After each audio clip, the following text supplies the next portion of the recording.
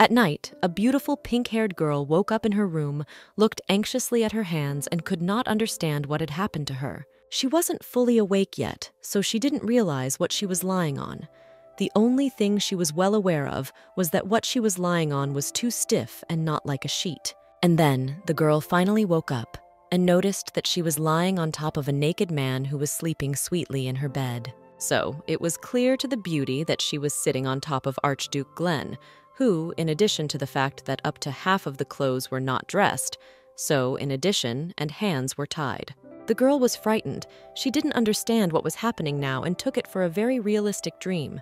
The man began to come to his senses, opening his beautiful eyes, and the stranger almost fainted from the oil painting.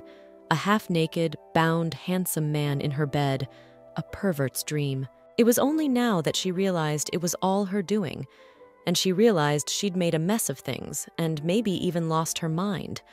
And her name was Vivian Lewis. So she, Vivian Lewis, for some interesting reason, kidnapped Archduke Gwen and brought him into her house, into her room, into her bed. It all started when the girl was 14 years old. It was then that the Duke caught her eye. It was at a debutante ball, a place filled with the hopes and dreams of noblewomen. Back then, Vivian dreamed of meeting a young, handsome man and starting a romantic relationship with him. The girls who were also at the ball said that the Duke was very handsome, some saying that they fell in love with him at first sight. It was there at the ball that Vivian also saw him, as he stood on the steps and surveyed the hall. He was 18 at the time, and at 17, he inherited the title of Duke. It was then that the people around him began to treat him in a new way, not as a child, but as an equal. Then he sparkled like a diamond, and she fell in love with him. She was the type of person who fell in love easily, and her heart fluttered as soon as she met his gaze. For 7 years, Vivian was crazy about the young man. It turned out that she was good at drawing, and it helped her keep her sanity a little. She used her talent to the fullest and drew Duke Glenn all the time. The girl watched, or rather followed the young man from afar, so that no one noticed her, and then drew all the moments she had seen with him from memory. Of course, outsiders did not know about her fanaticism, but she could not hide it from her family. And she was glad that she could paint the Duke herself, because rumors would have spread if she had commissioned an artist to paint thousands of portraits of the Duke. Vivian herself realized that she wasn't acting quite normal, and if the Duke found out about it, she would be in trouble. Her room was a shrine to Glenn's name. There were portraits of him hanging on the walls everywhere, and there was even a pillow with his face on it in the bed. The girl came into the room, pressed the pillow with the Duke's portrait on it, and said that it was hard to think of anything better. She did not want to marry, though her parents were persistent in offering her more and more candidates. She wanted to continue living in her world. The moment the girl started up her shuffle again about not wanting to get married, another girl appeared in her room and asked her if she was up to her old tricks. Vivian immediately recognized the stranger. It was Marina, so in joy she rushed to hug her. Marina wondered how long her friend would be unrequitedly admiring the Archduke. The main character was not going to stop doing it, as dreams about the Duke made her happy. She liked to draw his portraits and write fanfics about him. But Marina was worried about what the girl would do if she stayed alone. Marina reassured Vivian and said that she had to go to a place for business, so she asked her friend to look after her bag. But before leaving, she also asked the girl not to open the bag, as there were quite dangerous things in there. After that, Marina ran away and said she would be back in a while. Marina knew how to use magic and was also trained at the capital's academy. Her city was far away from here, so she lived with Vivian while she studied, but she always felt obligated to her family. Vivian was looking again at the album that contained the Archduke's portraits, but she wanted to look in her friend's bag more and more every second, after she'd told her not to look in it. But she remembered that Marina had never shown her anything dangerous, so she thought about the fact that maybe one time she could look in the bag after all. As it was, but Marina always treated her like a little sister, so it was already starting to annoy the girl, so she picked up her bag. So she opened the bag, and there were so many of her drawings of the Archduke, but they were all torn. Vivian began sweeping and apologized to the drawings for not being able to keep them. She was sweeping up herself, as she thought it would be quite embarrassing if she called the maids after she had made the mess herself. Then she saw an interesting black ball. Then, Vivian took the ball in her hands and started looking into it like a mirror. It was a strange object, so she decided to put it straight into her bag. But what happened was that she tripped and fell and broke the balloon, not knowing what to do now. That was all the girl remembered until waking up in her room, but she was well aware that she herself was to blame for the situation. Vivian was self-defeating until she heard the Archduke's voice saying that he would not mind if she continued what she had started and brought it to a conclusion. The girl's imagination drew different pictures. For example, Glenn should have been angry with her and tried to kill her because she infringed on his honor and dignity. But she couldn't understand how she had managed to kidnap him and tie him to the bed. And he was calm as a boa constrictor, and he teased her all the time. Vivian was in complete shock, as she did not expect herself to kidnap an archduke at the age of 21 and bring him to her home. She realized that soon the officers would come here and see her room hung with portraits of the archduke and think she had gone mad and gave her the creeps. Glenn observed the situation and beckoned the girl to come over to him. Vivian realized that the man was still bound and needed to be released. The girl became upset and ran up to the Archduke and began to free his hands from the restraints. But it turned out to be not so easy, as the knots were very good. She couldn't believe that she had hurt the man's body. Vivian began to cry as she saw the marks on his hands. Glenn began to comfort her, as such wounds were nothing to him. The girl recovered a little and asked the young man about realizing that he had been kidnapped by her, but he admitted that he even enjoyed being tied up. Vivian did not understand why the young man was still very kind and affectionate to her, for they had never socialized before. She thought he was crazy, so she showed him her middle finger and asked him how many of them she was showing him. The man answered this question correctly, as well as the next, but she didn't understand the reasons for his behavior, as she had the impression that he was enjoying the process. And then he looked at her slyly and said that he had heard rumors that she wanted intimacy with him. Then he threw her on the bed and added that he'd known about her desire since the day they'd first met. Glenn kissed her hand, and it suddenly dawned on her that he was still in her room, and the fact of her bigotry for him was also made known. So the girl asked herself to think and understand the reason for the Archduke's behavior. She was still in her bedroom, but nevertheless, Glenn was also there. Vivian realized that the man had probably mistaken her for a stalker and was now waiting to see what demands she would make, which was why he was stalling. The girl realized that no matter how one looked at the situation, it was obvious that her intentions were clearly shameless, because she had tied him up and tried to use his body.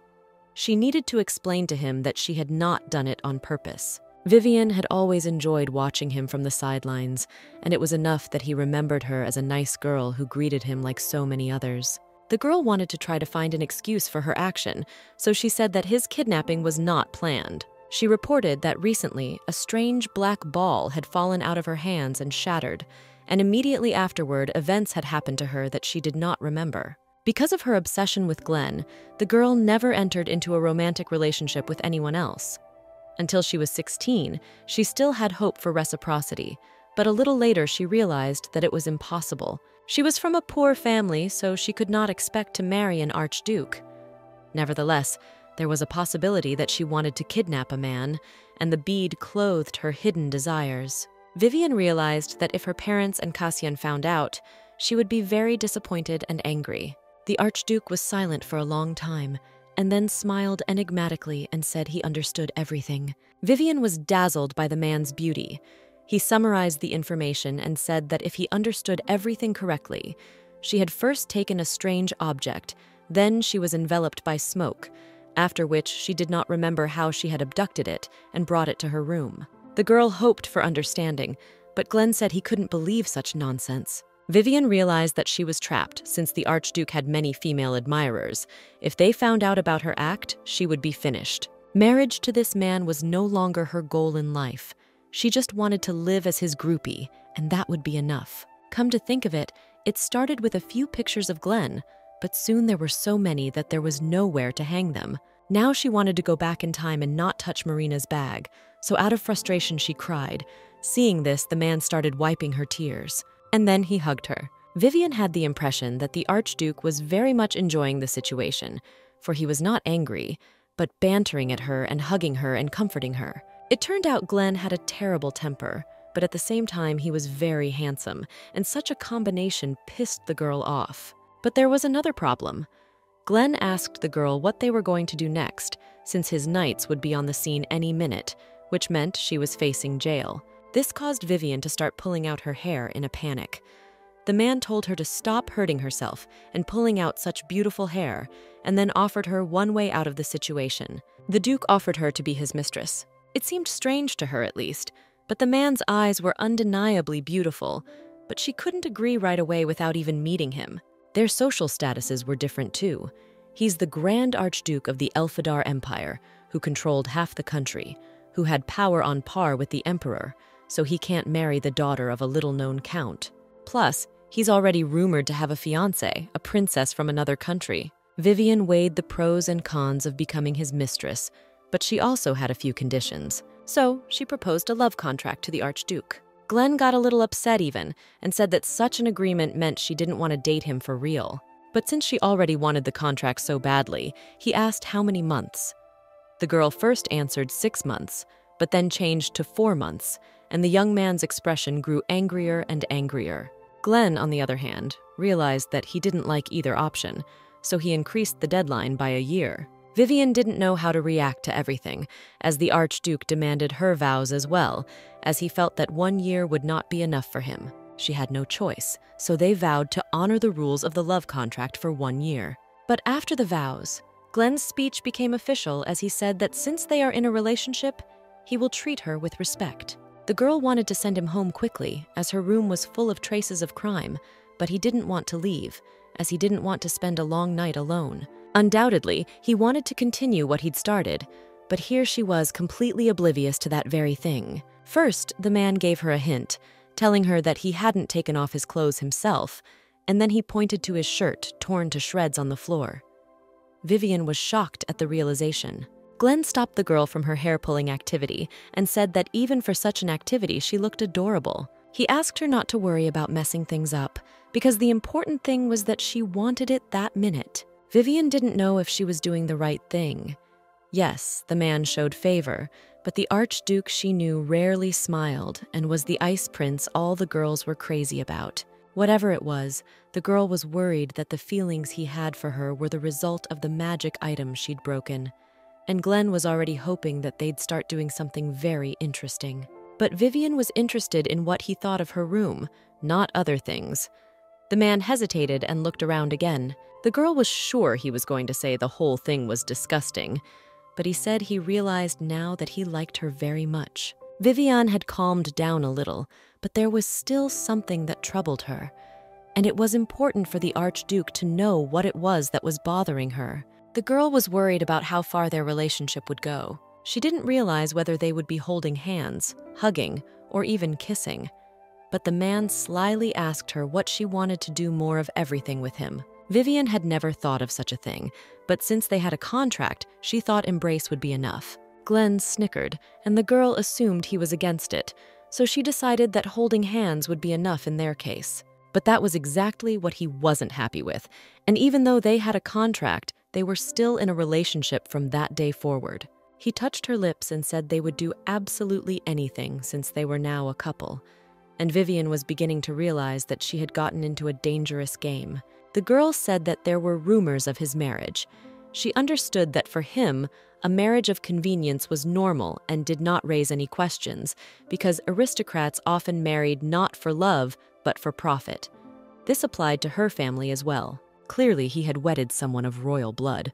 The guy hugged the girl. Vivian thought she was going to faint, and the young man asked permission to kiss her. He then looked at her and said that they would kiss first, then move on and eventually get married. And then she didn't even notice him kissing her. Only now did she realize she was kissing a man, and it wasn't a peck on the cheek. She forgot how to breathe during the kiss, but she was afraid they might be seen, and it was as if he didn't notice or care about any of that. Now the Archduke looked at the wall of portraits and asked the girl how long she had liked him. Vivian could not tell the truth about her bigotry, but replied that it had always been something unattainable and beautiful to her. She was well aware that talking about a serious relationship in their situation was foolish, as in a year everyone would go their separate ways, pretending that nothing had happened.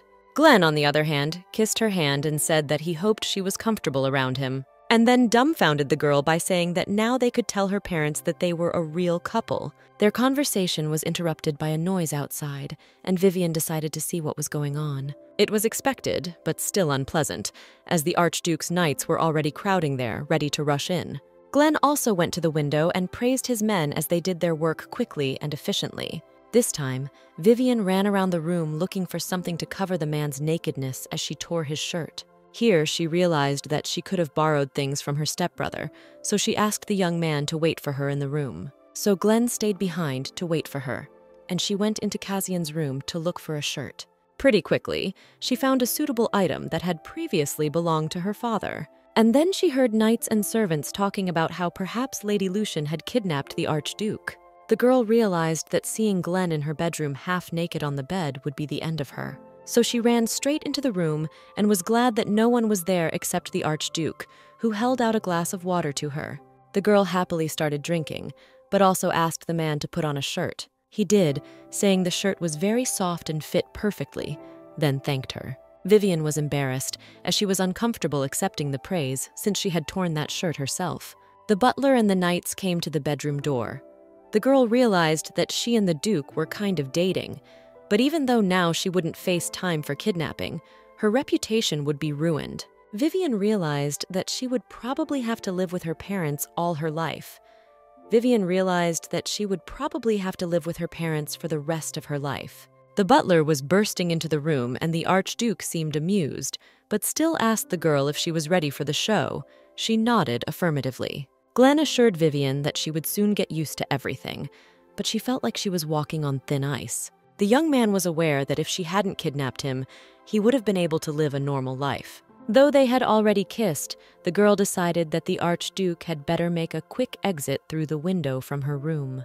But nevertheless, it was time to open the door, and when she did, the butler nearly died, for he thought his mistress had become a criminal. The girl, however, tried to convey to him the idea that she was not a criminal, but the servant could not understand what the Archduke was doing in her room then. Vivian reported that it was a secret date, and the servant cried and said he didn't know how to look her parents in the eye, but then remarked that the girl had wised up a bit. The girl started shaking the butler and proving to him that she wasn't crazy, and she was actually in a relationship with the Archduke. The man understood everything, but then he remembered the rumors that were going around about the Archduke's wedding. But not only Glenn was planning a wedding, but Vivian, according to the butler, wanted to get married this year. But the girl noted that these were her thoughts out loud. The butler hustled and sent her portraits to suitors, and one wealthy man took a liking to her. The Archduke's reaction to this news surprised everyone, as he broke the doorknob out of jealousy and anger. He said the object was too fragile, but the girl and the servant knew that it was made of gilded steel and screwed into the door. They wondered how he had managed to do such a thing, but then they remembered that he was a master swordsman. Lady Lucian was beginning to worry about their contract, so she asked the man if it was true that they would be ending their relationship after a year. He said he wasn't sure about that. He apologized to Vivian and said that breaking up was not in his plans, nor was platonic love. Suddenly, Vivian realized that he might one day say there was no contract at all, so she decided to convince him to make their meetings the same. A desperate situation called for desperate measures. It was time for the sweetest face in the world. Vivian asked the Archduke if they were a couple. Glenn laughed. The girl thought he was playing with her feelings.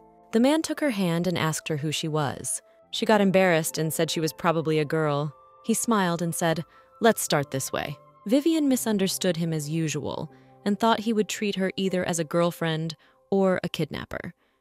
She wanted him to remember her as his girlfriend, though, so she thanked him. Glenn couldn't stand it and laughed. Meanwhile, there was a butler in the room who understood nothing of the situation. Meanwhile, the Archduke's knights were making noise under the windows, so he suggested that Vivian go outside to quiet them. The girl realized that the Archduke's men and the guards of her house would fight, so she grabbed the young man's arm and pulled him towards the exit. As they descended the stairs, the man told Lady Lewis that she was more than a girl to him, so they went outside together and stood in front of the knights. But besides the knights, the girl's parents and her half-brother were waiting for them downstairs, and they didn't look happy about it. Things were getting worse by the minute. She was being accused of treason for seducing the Archduke, so he took her by the hand and told her they had to tell the truth. He picked up the girl in his arms and said that now no one would think that she had kidnapped him. Glenn carried her gently in his arms to his knights, who were very much surprised. Glenn's bodyguards wondered who this girl was and assumed she had kidnapped their master with black magic. Vivian was outraged as she knew that only a few people in the Empire could use black sorcery. The rest would be executed, so she said she was not versed in it. She said she didn't even have the time or energy for fencing, let alone black magic. Vivian's servants told the Archduke's guards that their mistress had long ago abandoned sorcery, as she considered it very difficult, and she did not practice swordsmanship because she could get blisters. And though she was very sweet, but her talents God had left her to his lord. But the guard would not stop, for he had a witness who claimed that she had kidnapped the Archduke. Just as the knights were about to bare their blades, Glenn intervened. He said Vivian Lewis was his girlfriend. As the young man was about to carry the girl into the house, her father interrogated him if he had heard him correctly that his daughter was his girlfriend. Glenn replied that he loved Vivian. At that moment, Lord Royd bared his sword and Glenn asked him if he was sick of living. The knight almost cried, but he was sure that this witch had cast a spell. The protagonist asked the subordinate if he was willing to be held accountable for his words. The man didn't understand why Lord Royd didn't value his life. The knight fell to his knees and dropped his sword, and the Archduke told him that he would devise his punishment at home. This behavior of the man made everyone realize that this was no joke, but what surprised everyone was that he liked girls like Vivian. The Archduke's knights had a question as to what would now happen to Princess Eunice. Princess Eunice was the first heir to the throne of the southern country of Evron. She and the Archduke had a successful alliance, but now he had a problem to solve. Vivian thought about it. It was just as she had assumed. The man noticed the change in her mood. Glenn sighed and said that the title was weighing him down a lot since instead of an explanation, he wished he was in the same bed as Vivian. And afterwards, Mr. Lennox laughed, which surprised his knights. The knights were sure that they would have nightmares, as it seemed to them that the devil himself had left hell and was laughing at them. Meanwhile, the head of the knights apologized to His Highness for breaking into the Count's house. Glenn smiled at the girl, offering to settle the matter with her family. Vivian was worried that it was freezing outside and the Archduke could freeze in just a shirt. The girl was a little cold, so the man held her tightly against him, throwing her family into shock. After looking at all this, the father of the family suggested that the Archduke come into the house and discuss the situation. They went into the house and sat by the fireplace. The Count asked the young man how long he was going to keep silent. Except that the Archduke was silent, he was holding the Count's daughter in his arms the entire time. Glenn replied that he didn't want to part with the girl for a minute. This made the girl a little tense, and she asked him to tone it down. After all, they only had a love contract. Vivian shivered a little as she thought he was marrying Princess Eunice, and yes, he looked like he was teasing her. Nevertheless, His Highness invited the Count to continue the conversation. The girl noticed that the man addressed her father using his title. Her mother, on the other hand, offered the Archduke a warm cup of tea. At this point, the Count noticed that Glenn was wearing his favorite shirt. To this, the young man stated that he just didn't have anything to wear. The Archduke said he would order the piece to be thoroughly washed and afterward return it along with the other 100 pieces. The girl's father said it wasn't that important. He was just a little uncomfortable right now. Vivian, on the other hand, noticed that His Highness looked very enchanting, even when he was drinking tea. So, the head of the family asked Glenn if he was in a serious relationship with his daughter. The young man confirmed this and said that although it had only been a week, he was sure of his feelings. Things were going too smoothly, so Cassian jumped into the conversation. He asked what the man liked about his sister. Vivian realized it was said sarcastically, so she thought about how that was no way to talk about her sister to her brother. The Archduke thought for a moment and then said that Vivian was very nice. The man also said he likes her round eyes and the way she blushes funny when she gets embarrassed, and afterward asked the guy if he didn't think his sister was adorable.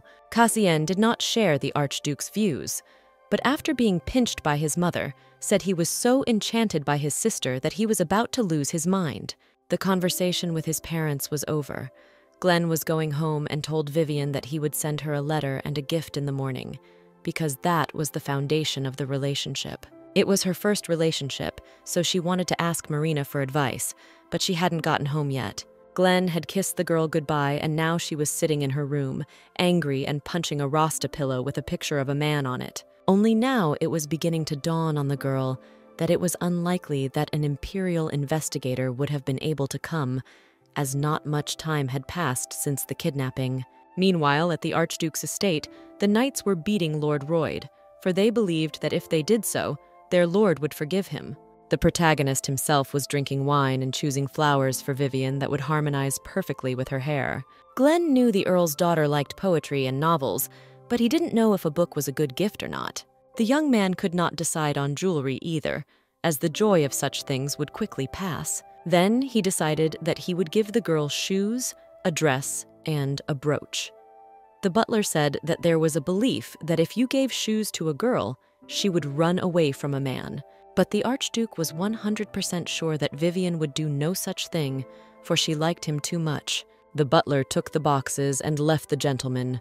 He thought the man had matured as he thanked him for his service. When the man was alone in the room, he pulled out a key and opened a hiding place in the desk. He pulled out a notebook with one of Vivian's fanfics written in it. He thought it was the sort of thing one would choose a pseudonym for, but it wasn't about her. The young man wondered if the day would come when he could read this masterpiece to the girl. The man admitted that he had waited a very long time for all this, as before meeting Vivian, he doubted that he had a heart. He first heard of her when two ladies were gossiping in the garden and bragging about the books in Vivi Rabbit's collection. Then he picked up and read one of the books that had fallen to the ground. He even read one of the passages aloud and realized it was all about him. He didn't realize if there was anyone who could introduce him in such a way, as he didn't have a sea of free time for such talk. So at one of his sword-fighting training sessions, he asked Lord Royd how he saw him. The knight immediately said that his master was the strongest swordsman, but about his personal qualities, he didn't know how to answer. Glenn realized that even Royd hadn't said anything like that, but an unknown author had written a lot of text about him. The secretary, meanwhile, was reading the Archduke his schedule for the near future. But the young man didn't listen to the employee and pondered how to find and what to do with Vivi Rabbit. Be that as it may, he went to the reception, but continued his reflections, which led him to the idea that the author of those stories belonged to high society and from an aristocratic family. That's when he noticed Vivian at the reception, who once again said hello to him and ran off. At that evening, the man realized that the author of the text was from a noble family, and the gaze he felt all the time on him most likely belonged to her. Not knowing who was following him was stressing the Archduke out, so he decided to investigate the matter on his own. So he found out that the author was using one bookstore as a middleman, and although there was a print store there, it didn't look like a quality book could be made there. He watched the assortment and was disappointed, but tried to hope to meet Vivi Rabbit here. Just then, Vivian walked past him and brought new manuscripts to print. The girl approached the shopkeeper, and the shopkeeper was very happy to see her, as many people were asking when there would be a new job from Vivi Rabbit. The girl had just brought in a new novel, asking for it to be printed and bound. Glenn, on the other hand, noticed that the stranger had well-groomed hair and a nice manicure. Her dress, too, though simple in appearance, was classic and quite stylish. There's no doubt about it. She's an aristocrat. It surprised him that this girl was walking unaccompanied. He realized that she was not afraid of anything, not even the possibility of being attacked. Glenn himself was being sold a rabbit toy by one of the vendors, and the young man realized that he had seen this girl somewhere before. He bought a keychain and remembered it was Vivian Lewis. The Archduke realized that she was the one who had written novels about him, yet had chosen such an obvious pseudonym. The day of the reception had arrived. The young man thought about the fact that most likely the girl would fall again several times, and her older brother would catch her. The Archduke watched her and thought it was the shoes, but she was falling even with her boots on. The man understood this girl less and less, and her companion thought she had said something wrong, so he had to apologize to her for the misunderstanding. His Highness drank wine and realized that Lady LBC's downfall did not concern him in any way, though the romance of their relationship was sweet. True, he was a little surprised by the fact that in terms of the plot, the relationships of the characters were similar to those of kindergartners. At this point, the Marquise Maurice approached him, and they began to make small talk. This conversation was making him a little tense, since they had seen each other a few days ago, and he had no desire to talk to her now. Meanwhile, he watched Vivian, who was putting food on her plate and smiling. The young man could not understand why the girl was gathering food. He thought she had been starved at home, but then he remembered that there were no such rumors about her father. While the young man was watching the girl, he fell out of conversation with the Marquise, who offered him a dance with her daughter. But Glenn did not want to dance, so he apologized to the Marquise and her daughter and left in an unknown direction. The man wasn't just running away, he was chasing Vivian. The chase for the girl led him to the Imperial Forest, where outsiders were not allowed to go without permission. The Archduke decided to follow her further, as he knew there were many wild animals in the forest. At that moment, he noticed that the girl had brought food and started feeding the rabbit. But there was a whole family of rabbits that flanked the girl and climbed into her arms. The Archduke was mortified, but behind him, the first patrolman of this forest appeared. He reacted instantly and hid the girl, pulling her close to him, and the guards didn't notice anyone. Afterwards, the man looked at the girl and asked her if she realized that she had infiltrated the Emperor's lands. At that moment, for the first time in his life, he saw a man with eyes full of true love looking back at him. Then he realized that the time had come. Then he added that it was time for them to head back to the ballroom. Glenn helped the girl up the steps, and she asked him if he remembered her. He smiled and said she was the one who said hello to him and ran right away. Vivian blushed as the Archduke added that she was nice. She wished him a good evening and was about to run away. His Highness realized that she was still a child now, but in 5 years she would be 21, so he silently watched her grow up from afar. Time passed, and the Archduke asked his secretary if Count Louis was holding any official reception, but the latter had heard of no such thing. Glenn had thought for the past 5 years only of the Earl's daughter and missed her. That very day, he was sitting in the park looking up at the stars when he saw Vivian's silhouette in a nightgown in the bushes. Her outfit wasn't suitable for walking, so he threw his jacket over her and thought about how she'd gotten past security. There was a system in his house where the guards informed the butler about the guest, and the butler informed him about the girl, but no one informed him about the girl. The young man immediately realized that a black magic spell had been cast on Vivian, but the problem was that she didn't know how to conjure, which meant that someone else had caused the girl's behavior. The Archduke realized that Vivian was under a charm curse, meaning it was a magic that allowed him to summon an evil spirit and attack a chosen target. And it was Crown Prince Arthur Asmode who did it. This man was openly afraid to challenge him, so he always attacked from under the covers, and this time even his favorite used. The next second, the girl hugged the man and said she liked him a lot. She cried and said she didn't want to get married. The man hugged the girl. He knew that enough families wanted to be related to her father, and he was going to deal with all of them a little later. Vivian confessed that she wanted to love the Archduke for the rest of her life, and he suggested that they leave things as they are now. But Lady Louis was indignant and said she should marry too, as she couldn't live her whole life watching him from afar. The Archduke realized that the girl was under the influence of a curse, but as soon as he took a closer look, he realized that she was so harmless that the darkness had not taken possession of her heart, and she was hammering him with her fists and crying, saying that he annoyed her a lot. Vivian confessed that she wished she could be the one to gaze upon his beauty, and then he offered to kidnap herself. Since he gave his permission to do so, the girl took out a rope from her pocket and asked permission to tie him up. She happily tied his hands and led the way. The young man asked how she was going to kidnap him, since she even had the alias Vivi Rabbit, to which she replied that she was not a rabbit. Glenn asked her why she fed the rabbits when she came to the Imperial Palace, and why she didn't have them at home. She replied that her mother didn't like them, and they liked to play outside. They came to the end of the park, and there was a carriage, but there were no guards, though there should have been. Then he noticed 2 guards to the side sleeping sweetly. Glenn, on the other hand, couldn't understand what had happened to his knights. The girl admitted that she had given them candy before they fell asleep.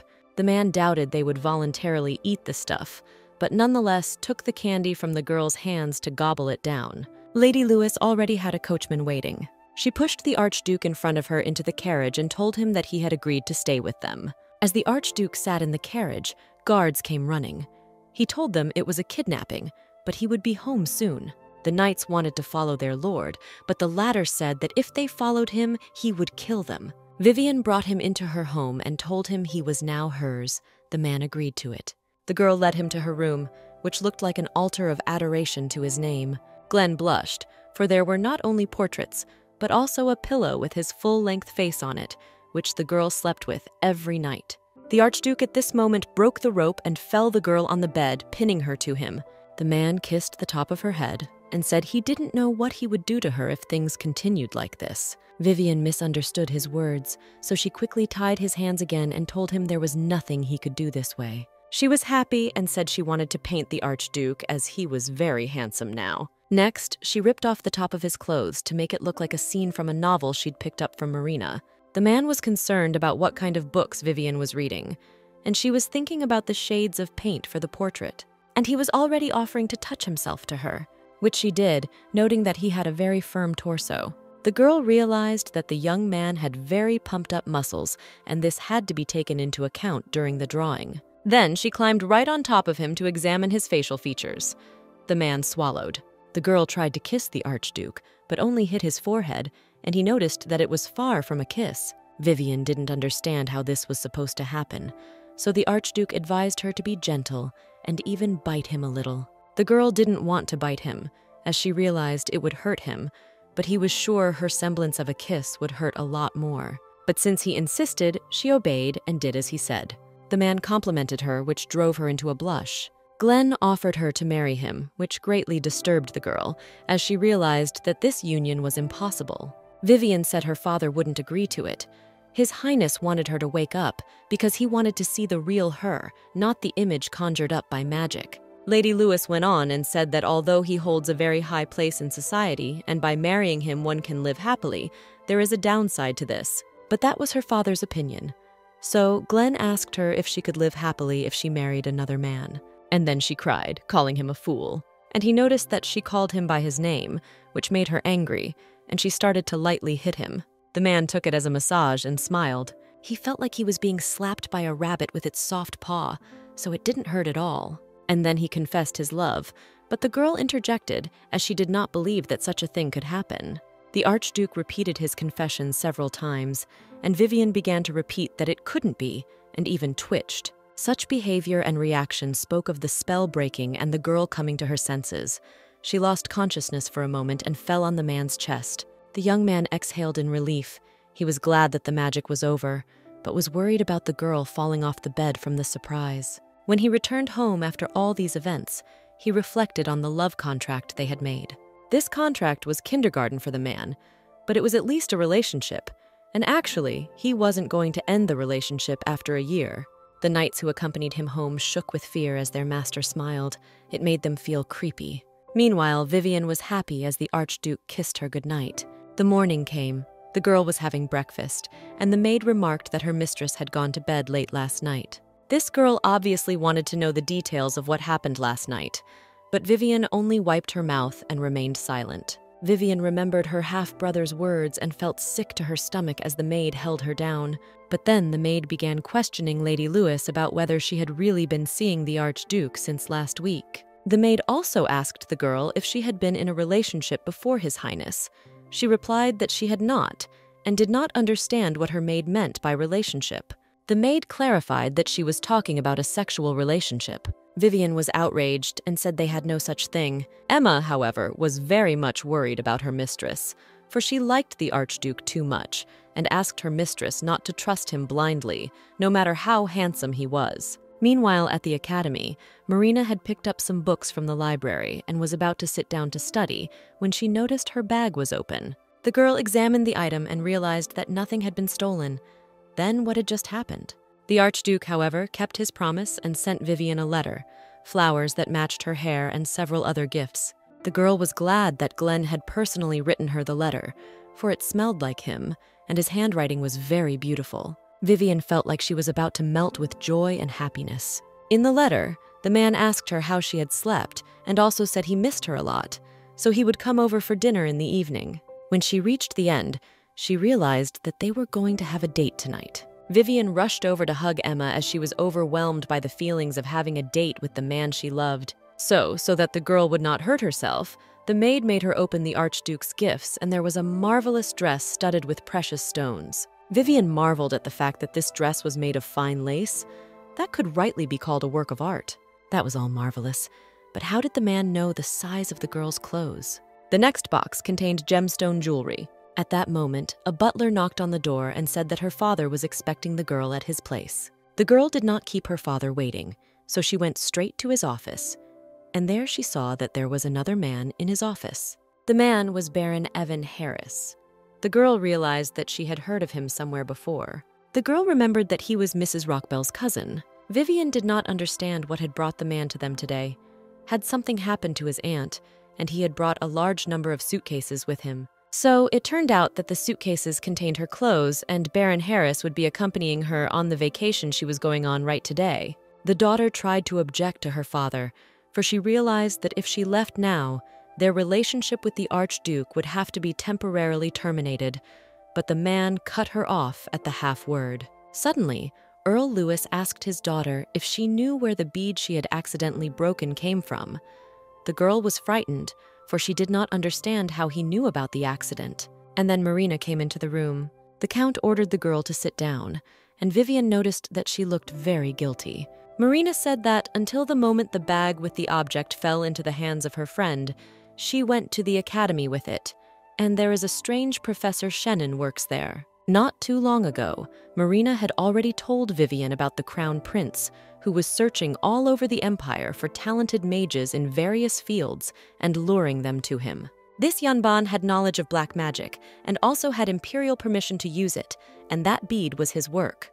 Vivian admitted that as soon as she opened Marina's bag, the bead immediately exploded. The professor had thought it out well, as the person who would pick up the bead would be the one subjected to black magic. Vivian suddenly realized that the curse was meant for Marina, not her. Marina confessed that this sorcerer had offered her to study black magic, but she had refused, so perhaps it was his revenge on her. The man always got rid of those who went against him, as well as following the prince's orders without question. But this time it was Vivian who had gotten it wrong. But the crux of the problem was that the Crown Prince was behind it all. Vivian, on the other hand, knew that the relationship between the prince and the Archduke was worse than ever, so she decided to ask the reason for it if possible. The Count was aware that the Archduke had sympathy for his daughter, but he did not want to go along with her and reverse his decision. Suddenly the girl realized that her father was afraid of Glenn. She herself knew that he was notorious and was considered the most dangerous man in the Empire. He was called a genius, the youngest swordmaster, a mad and cruel man. Her father assumed the man wanted to find out what Vivian's relationship was with the Crown Prince, but she couldn't believe it was all an act.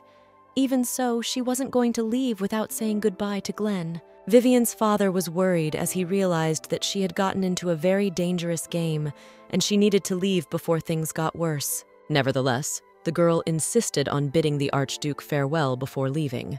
The Count allowed her to write a farewell letter to the Archduke. She apologized for not being able to meet with him, and her family is sending her out of town for the time being until the situation is cleared up, and they realize Glenn had nothing to do with it. Her mother and Emma saw the girl off, the maid weeping and begging her mistress's forgiveness for not telling her of her father's intentions. Surprisingly, even Cassian came running to see Vivian off. Vivian thought her brother had lost his mind as tears came to his eyes.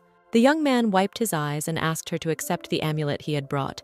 His sister thanked him for it. Louis, the eldest son of the family, was worried about this situation happening because they had lost their influence in the Empire. Vivian was angry at her brother for speaking so disrespectfully in front of their father. The boy dreamed of restoring their family to its former glory and making sure that no one could ever lay a finger on them again. The situation was getting worse, but his brother wanted to make sure no one could hurt his sister. The girl did not understand his such a violent reaction, and the guy in embarrassment had already turned around and went into the house. Meanwhile, Vivian was already in the carriage, thinking about what to do with the vow she had made to the Archduke. The only thing she wished for was the happiness and peace of mind of her beloved, and her farewell letter had already been delivered to His Highness's house. The man snatched the envelope and started reading. He thought she couldn't wait to see him, so she sent a nice letter. But as soon as he reached the end, his expression changed dramatically, and he crumpled the piece of paper. And then he snapped out of his seat, putting on his jacket. The butler tried to stop him, but saw him smile and stopped. Vivian's problems started from the very beginning of her journey. It started raining heavily, and they had to stop and pitch a tent under a tree to avoid getting sick. The girl and Emma were already sitting in the tent, but even by the fire it was very cold. The Baron pulled out the disposable magic item her father had given him. She realized, however, that it was an expense for her family, as it was hard to call them rich. Vivian almost cried as she wanted her family to be okay. The rain had stopped.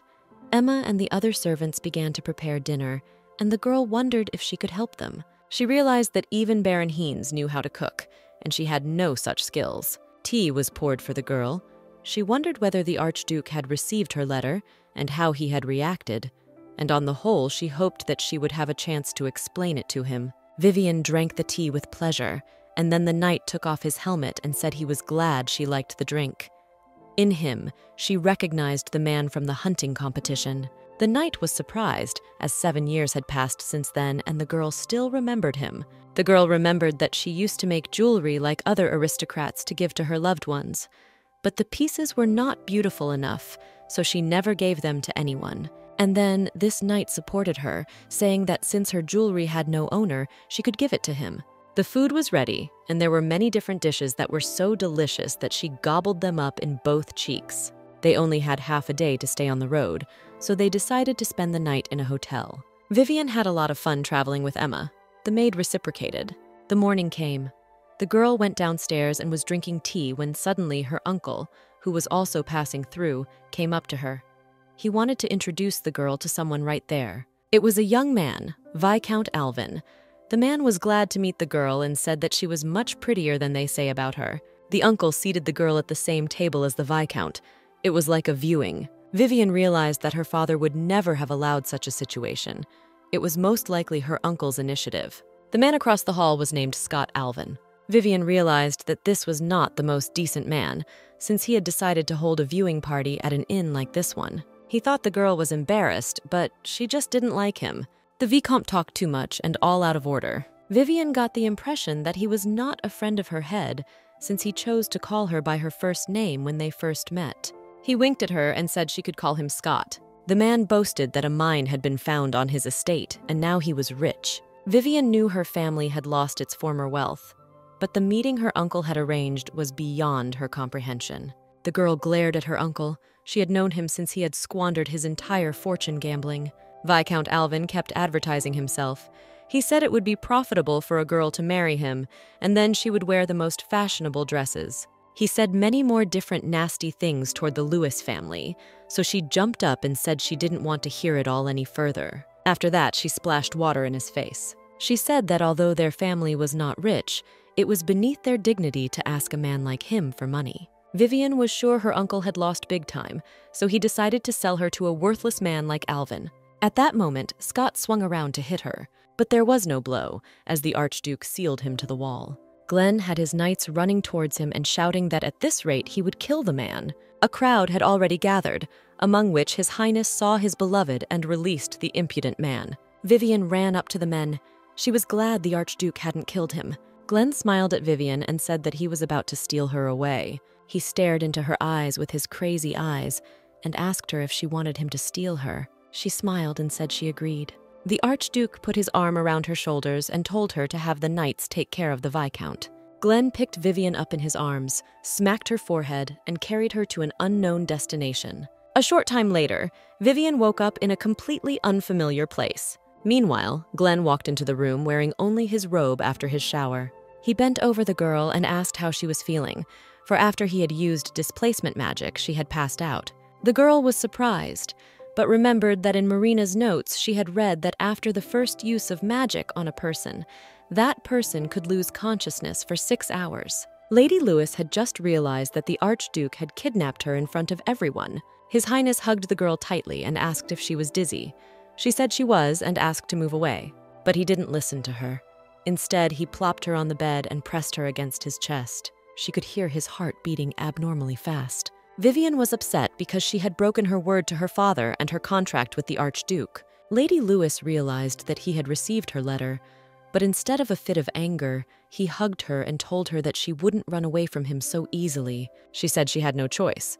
He took it personally and said she just didn't believe him. He pulled away and reminded her that she was the one who had offered him a love contract. And all because she was sure that a serious relationship between them could not be. The man didn't realize who had told her that. She reminded him that everyone felt that way. Then he asked if she was the one who said she loved him. He leaned over her again and asked if that was what she had written in her letter. He quoted lines from her letter. Vivian repeated what she had written with confidence and said that she liked the Archduke so much she followed him even under the influence of magic. In the letter, she also asked the man to end their contractual relationship. Vivian burst into tears, saying that she liked the Archduke very much and wished him happiness. The man interrupted her and asked why he had kidnapped her. She suggested that he had done it to gather evidence. She said she had written about everything she knew in the letter and would say nothing more, even under torture. The man agreed that the best way to gather information was torture, so he began to tickle the girl frantically. They found out during this operation that Vivian had been in love with the Archduke for 7 years, so they cuddled and swayed around the bed. The young man hugged and kissed the girl, saying that every time he sees her so sweet and tender, he feels like he's going crazy.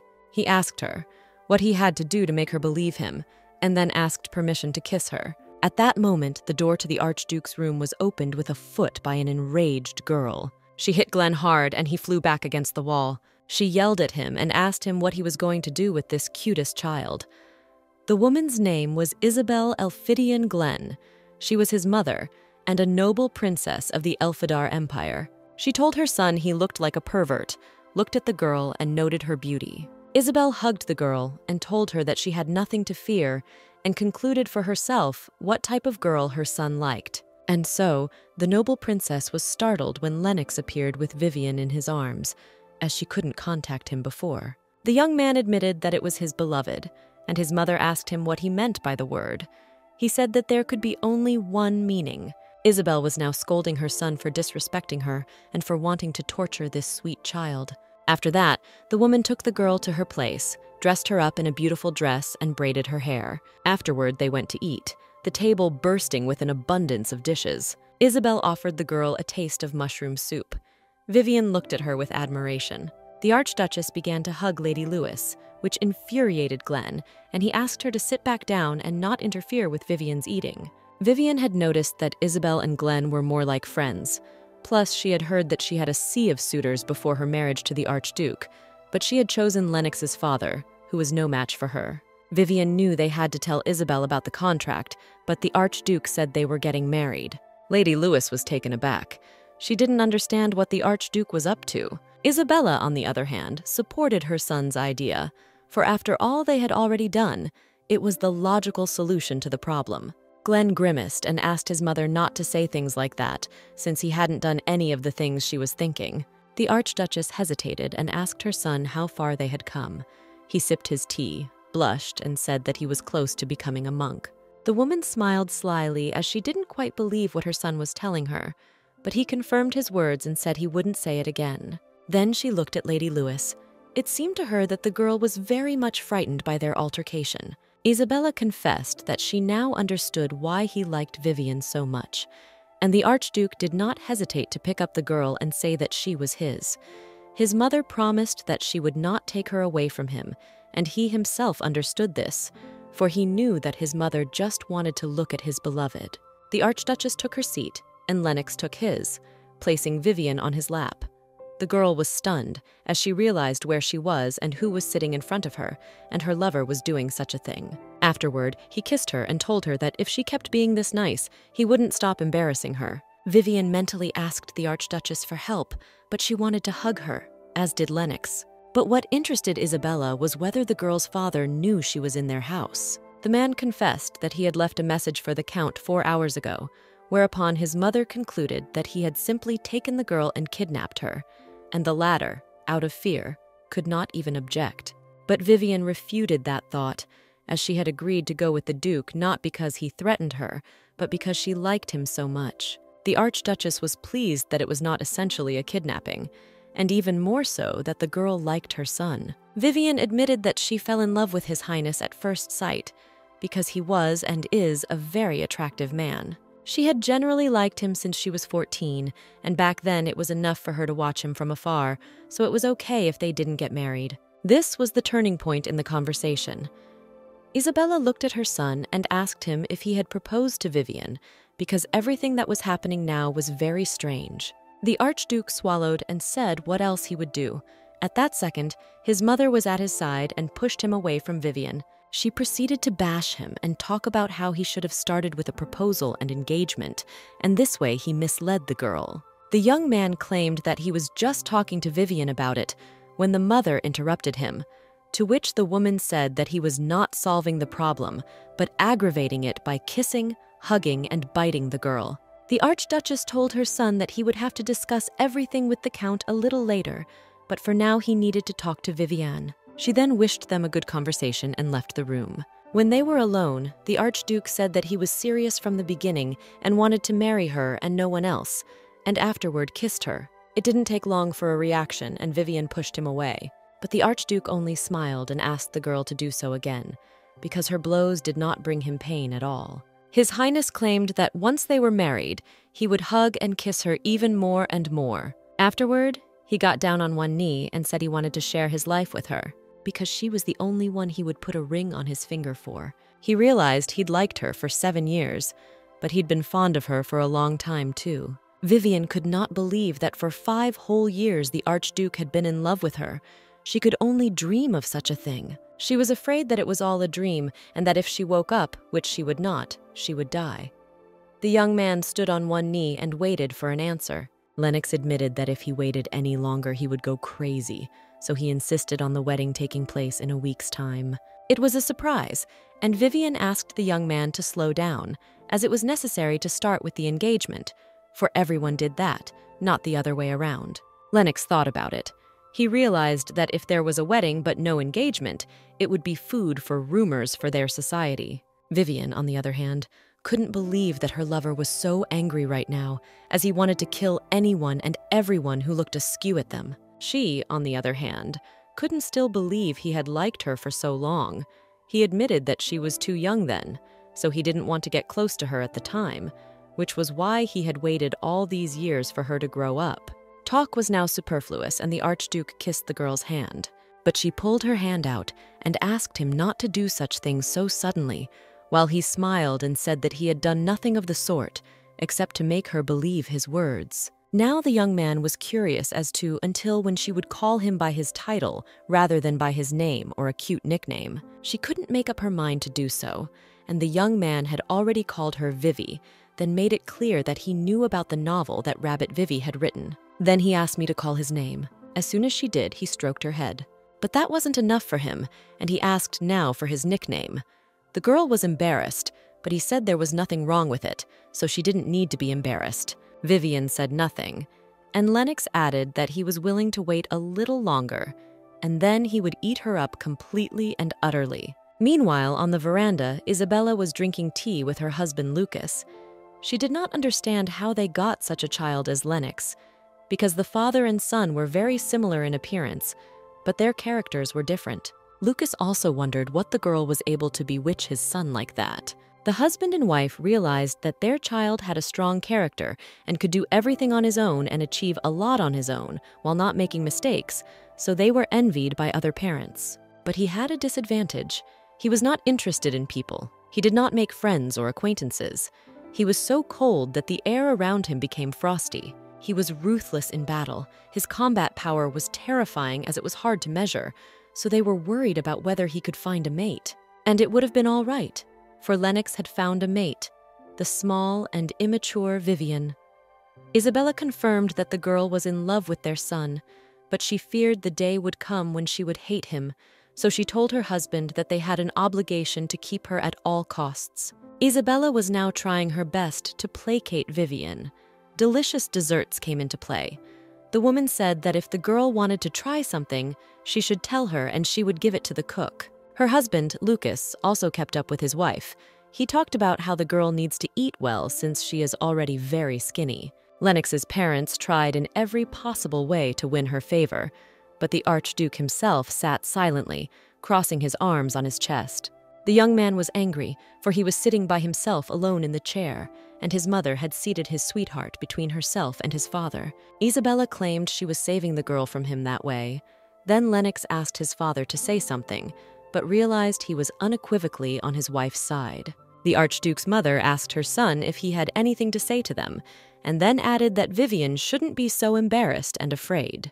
The young man cleared his throat and informed his parents that he and Vivian would be engaged in a week. It was a bit of a surprise, as they thought the couple would be dating, and here they were getting engaged right away. But Isabella was not confused and asked about whether her son had prepared the ring and how the ceremony itself would be conducted. Lennox said the ring would be ready in 3 days, and to start, he invited the Lewis family over for a chat. Isabella couldn't believe that the ring could be made in 3 days, but her son surprised her here too.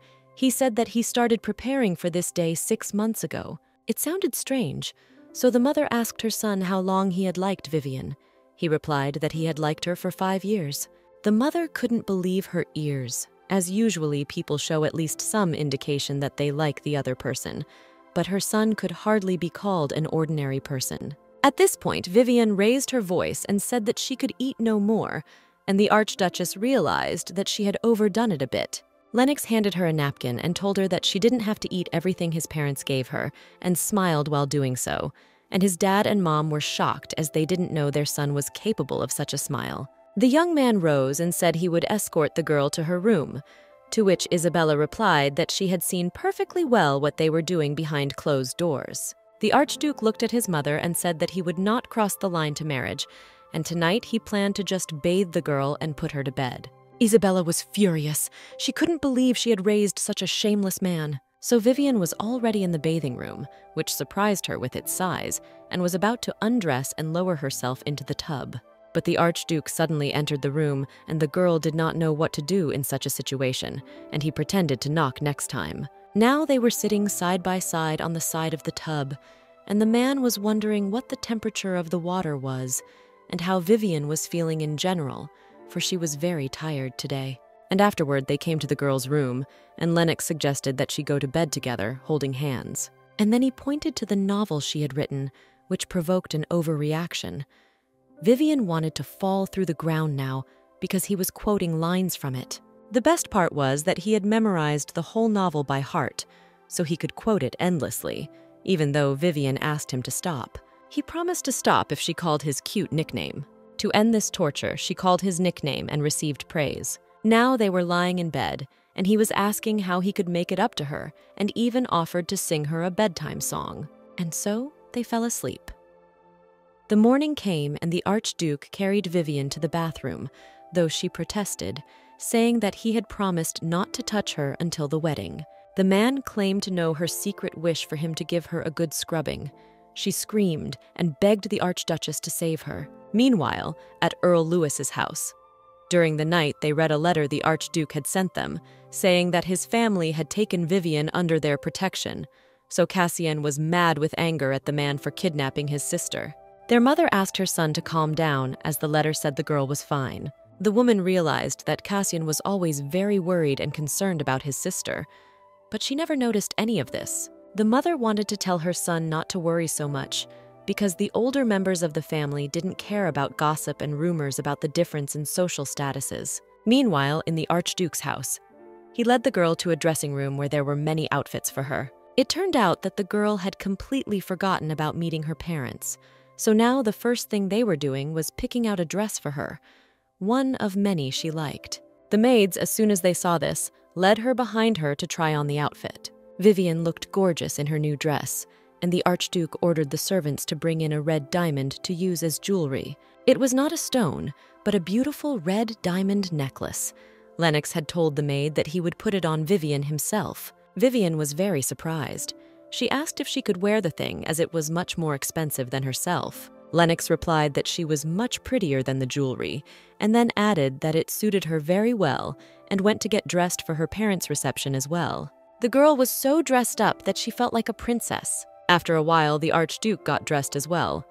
The suit suited him incredibly well, and they were ready to go downstairs. Vivian was dazzled by his beauty, but he let her look at him as long as she wanted. At that moment, there was a knock on the door and a report that the guests would be arriving soon. Vivian thought she wouldn't see her parents until the afternoon, but they were very worried about her, so they decided to arrive early in the morning. The girl was surprised when the Archduke decided to call her parents father-in-law and mother-in-law.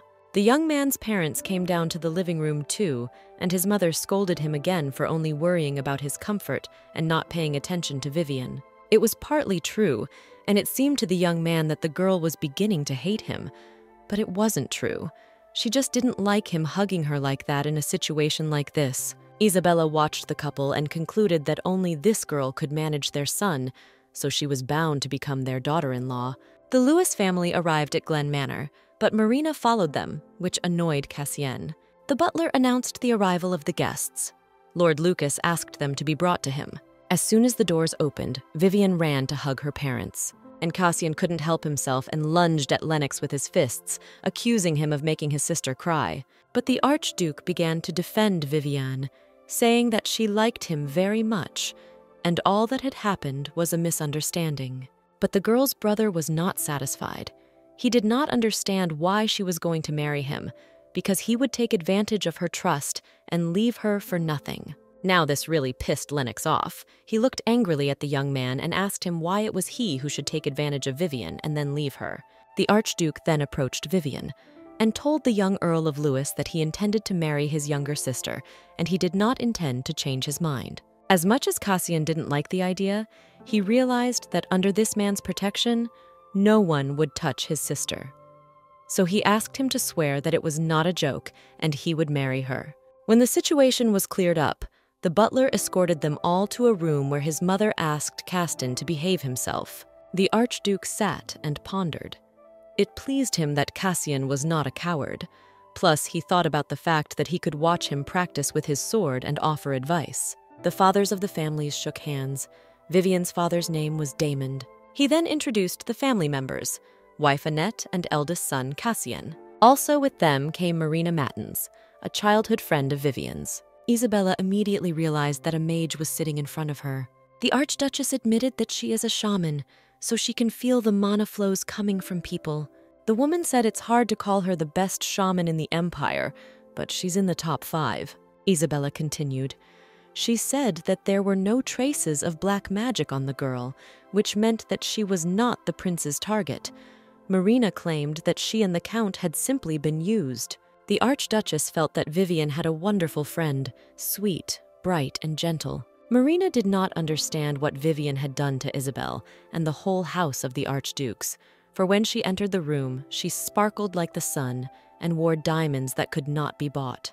Marina realized that her friend was naive, but her character was quite strong and stubborn, so she could handle the situation. But she also had something that needed to be shown to Glen's family. From subspace, she pulled out a wallet and some sort of document. This evidence was a black sphere that contained black magic inside, and the documents described exactly what kind of magic it was. This orb was identical to the one that touched Vivian. It was about the magic of the cursed charm. The documents listed the name of Cain Shannon, who worked for the Crown Prince and also taught at the Academy of Magical Arts. The original plan was to harm the Archduke with Marina's help, but the bag was opened by Vivian, and things didn't go according to plan. Vivian became upset again as she realized she could have hurt her lover, but he calmed her down and told her that it was all Asmod's fault and no one else's. Vivian was embarrassed about the Archduke kissing her hand. He didn't understand why he couldn't show his love for his bride. Cassian decided to pick a fight with Glen again, but his mother sat him back down, and Lennox prodded his brother-in-law. For this, he received a blow on the head from his mother. In addition, the Lewis family was cleared of all charges, and the Archduke's family had no doubts about their innocence. Isabella remembered Asmund. When he was little, she had tutored him, and he had respected her and loved her with all his heart. But this man had a perverse form of love. He felt happiness when Lennox suffered. She worried about how he would behave when he found out that her son had a lover. The first phase of getting to know their parents was over, and the Lewis family was going to go get some rest from the road. Isabella wanted to talk to Vivian face to face, so the two of them stood alone in the hallway of the mansion. The woman warned her future daughter-in-law that she would live with them for a while after the engagement, under the pretext of shopping and other feminine pleasures. Isabel had taken the liberty of saying that she would understand if the girl turned her down, as it might seem like a grueling process to her. But to her surprise, the girl immediately agreed to the idea. The Archduchess started to hug Vivian, as she thought she was very cute at this moment. As soon as Vivian left Isabella's, she was met by Lennox asking what she had discussed with his mother. The Archduke looked at his beloved and noticed the blush on her cheeks. She did not answer and said she would go to her room. Since she wanted to go to her room, he decided to carry her in his arms. The Archduke said that there were too many stairs in this house, so if she walked up and down them, her feet would get sore. But Vivian wanted to go herself, as walking up and down stairs was the easiest exercise. But Lennox objected and said it was possible to exercise in bed. Lady Lewis didn't believe that Glenn didn't have a relationship with anyone, as he was acting overly cocky, but he claimed that he only had a relationship with Vivian. But the girl thought that he definitely had a lover. But he only laughed and asked if she had never gotten to know him in the 7 years she had been pursuing him. Nevertheless, he yielded to her and they walked down the stairs beside each other. Vivian pondered and came to the conclusion that the Archduke really didn't have anyone before her, and then she saw her mother, who was clearly waiting for her. The girl immediately ran up to her mother and said that the Archduchess had invited them to a formal dinner in the evening, so if she wanted any special dish, she needed to say so now so that the cook could have time to prepare everything. But Annette was concerned about another matter. She didn't want to believe that her daughter shared the same room with the Archduke before the wedding. At that moment, Lennox spoke. He said he had sworn to protect Vivian, so he wouldn't touch her until after the wedding. He also said he was absolutely serious about his intentions. The woman hugged her daughter and said she would take his word for it. Nevertheless, Annette squeezed her daughter's hand and told the Archduke that if he was telling her the truth, he would bear with her until the wedding and not share a room with her treasure. Ron agreed to it, and the woman said she was picking up Vivian, and they met for dinner. Annette realized that this young man would agree to anything to marry her girl. At that moment, Vivian snatched her hand away and threw herself into Lennox's arms, confessing her love for the 100th time. After that, she went back to her mother, and Lennox realized he wanted to marry her quickly. In her room, Vivian plumped down on her bed with thoughts of hurrying to make sure it was dinner time so she could see the Archduke. The girl was fidgeting on the bed, for she missed her lover very much, and Cassien sat beside her and could not understand what she liked in that man, for he had a terrible temper. Vivian claimed that her fiancé was the best man in the empire. At that moment, the maids came in and said that they had orders to take care of the girl and help her prepare for dinner. The maids looked at her warmly and dressed her up like a little princess again. It was time for dinner. She and Marina and Cassien walked to the dining room. Her friend said that Vivian was very pleased with her new hairstyle. The Archduke, who had changed into a black suit, was already waiting for them all in the dining hall. So the sweet couple got sideways and started exchanging cute compliments. Lennox said the girl was so beautiful that he wanted to kidnap her and hide her where no one would find her. Cassien was angry and even pushed the Archduke a little because he was blocking the passage, and his sister began to reprimand him for bad behavior. Lennox and Vivian started calling each other by cute nicknames. This was a test shot to the older brother's head, so Isabella came up behind him and told him to follow her. So the woman took the girl aside and started complimenting her. Once again, Isabella began to clash with Lennox. He didn't understand why his mother behaved in such a way, but the woman assured him that she was the most well-mannered lady in the empire. Vivian couldn't believe they were still fighting and had no intention of stopping. Lennox's father noticed that the girl was too embarrassed to sit between two fires, so he lifted her from her seat and moved her to the empty seat at his wife's right hand. The girl's father and Vivian herself were shocked by this act. Damon squeezed his napkin and said that since it didn't matter who sat where, his daughter had to sit next to her. Lennox became indignant. He'd said that Vivian was his fiancée, so she should have been sitting next to him, not his father. Isabella looked at her son and said it was the best option, as she would get indigestion around him. Lucas smiled and said that this time his little boy had lost. The Archduke's father courted Vivian, advised her on dishes, and offered to cut her meat into pieces, but the girl said she could do it herself. Isabella kept up with her husband and shoved bits of pheasant into the girl. Vivian couldn't eat anymore and only wanted a drink of water, but instead of water, she drank alcohol. The girl's reaction was strange. Lucas and Isabella were worried and wanted to call a doctor. It turned out that Vivian was a little choked up, so Isabella offered her some herbal tea, but Cassienne and the rest of her family were thinking that this was probably her first time drinking alcohol. Her parents and brother had already brought Vivian some water, and Lennox stood aside as he missed the moment. Vivian became intoxicated and began to behave quite impertinently and called for the Archduke, as she thought she needed him very much now. She threw herself into his arms and demanded that Lennox kiss her in front of everyone. The young man tried to refuse her, but she was almost crying, so he said he would kiss her a little later. But Vivian kept demanding that he give her not a simple peck, but a real kiss. He tried to convince her that she was drunk, so he shouldn't do it now. The Archduke gave his future in-laws an unkind glare that they began to pretend they didn't see or hear anything. But Isabella and Lucas were no longer affected by that look, so they enjoyed the show and were in agreement that Vivian looked like a rabbit. Nevertheless, somehow magically the mother put the girl to bed and left her room. Annette was worried about her daughter, though she realized that this door could not be opened without a special key, and Lennox had promised not to touch Vivian. Suddenly, she remembered herself and her husband in her youth and blushed. Meanwhile, the Archduke sat in his room and realized that he needed to rest, as he was very tired during the day both physically and mentally. He fell asleep, but then he woke up because he felt someone else's breath next to him, and it was Vivian. He didn't understand how she'd gotten here. The man tried to send her to her room as he knew her mom would be very angry, but Vivian refused to comply. He realized he had to be patient until the wedding and get the girl back to her room by any means necessary. The girl woke up and asked the young man why he liked her so much. The girl didn't realize what she was doing and crawled over to him, trying to kiss him and telling him she loved him very much. The Archduke only breathed a sigh of relief when Vivian fell asleep.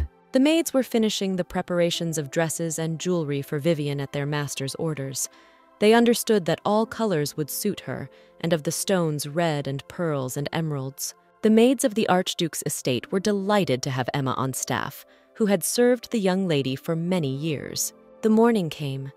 Emma was getting the girl ready to leave, and she heard the maids say that their master used to be so cold-blooded that they were afraid to go near him.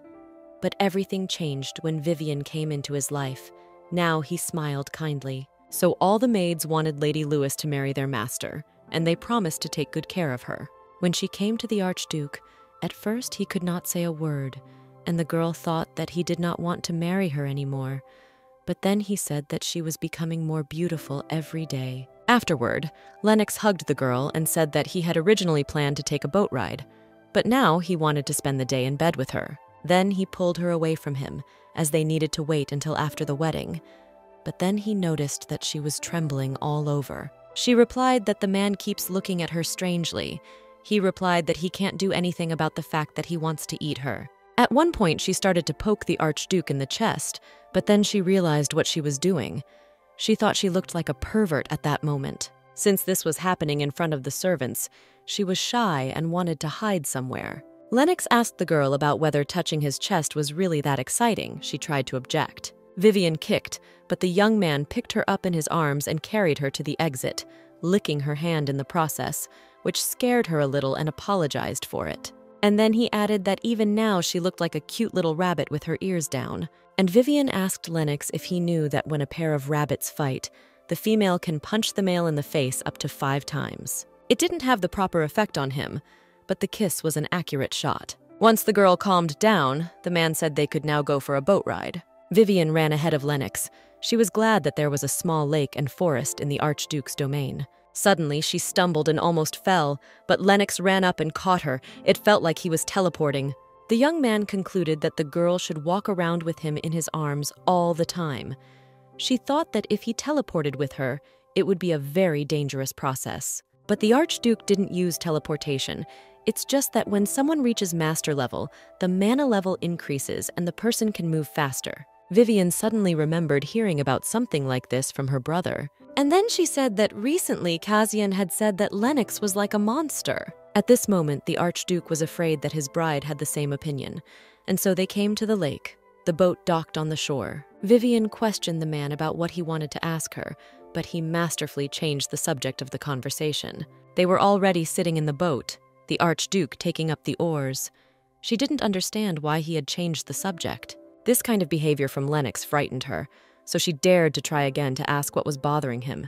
Vivian realized that there was no room for misunderstandings and innuendo in their relationship with the Archduke, so she demanded that he voice his thoughts right now. The young man asked her what she would do if he didn't answer. The girl shouted that if he didn't answer, she would bite him painfully. Lennox smiled slyly and said he liked the bites, so it was better for him. The girl wondered if he'd always been like that. Vivian took offense, since according to him, she is either stupid or perverted, so she repeated that she would bite painfully. The Archduke admitted that he would love anything she did towards him, even if it hurt him. Since he didn't want to answer nicely, she decided to resort to the last resort and asked him if he was really honest with her. She felt guilty, but she wanted their relationship to be as honest as possible. Now already Lennox was getting worried. He said he was always honest with her, so he didn't understand why she would ask something like that. The girl said she wanted to know what he didn't say, as she had always been as honest as possible with him. She loved him very much.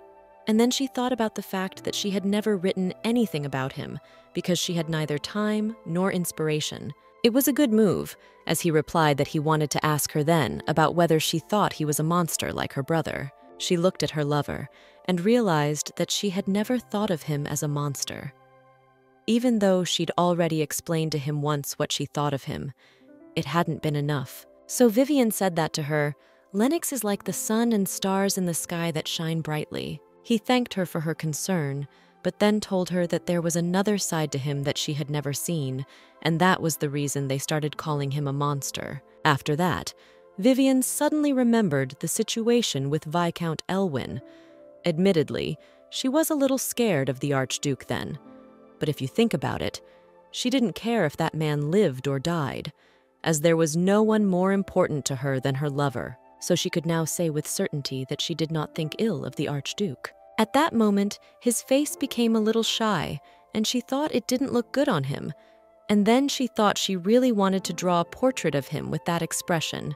But since she didn't have her drawing supplies with her, she decided to memorize every detail. Lennox was a little surprised that a girl liked him whether he was good or bad.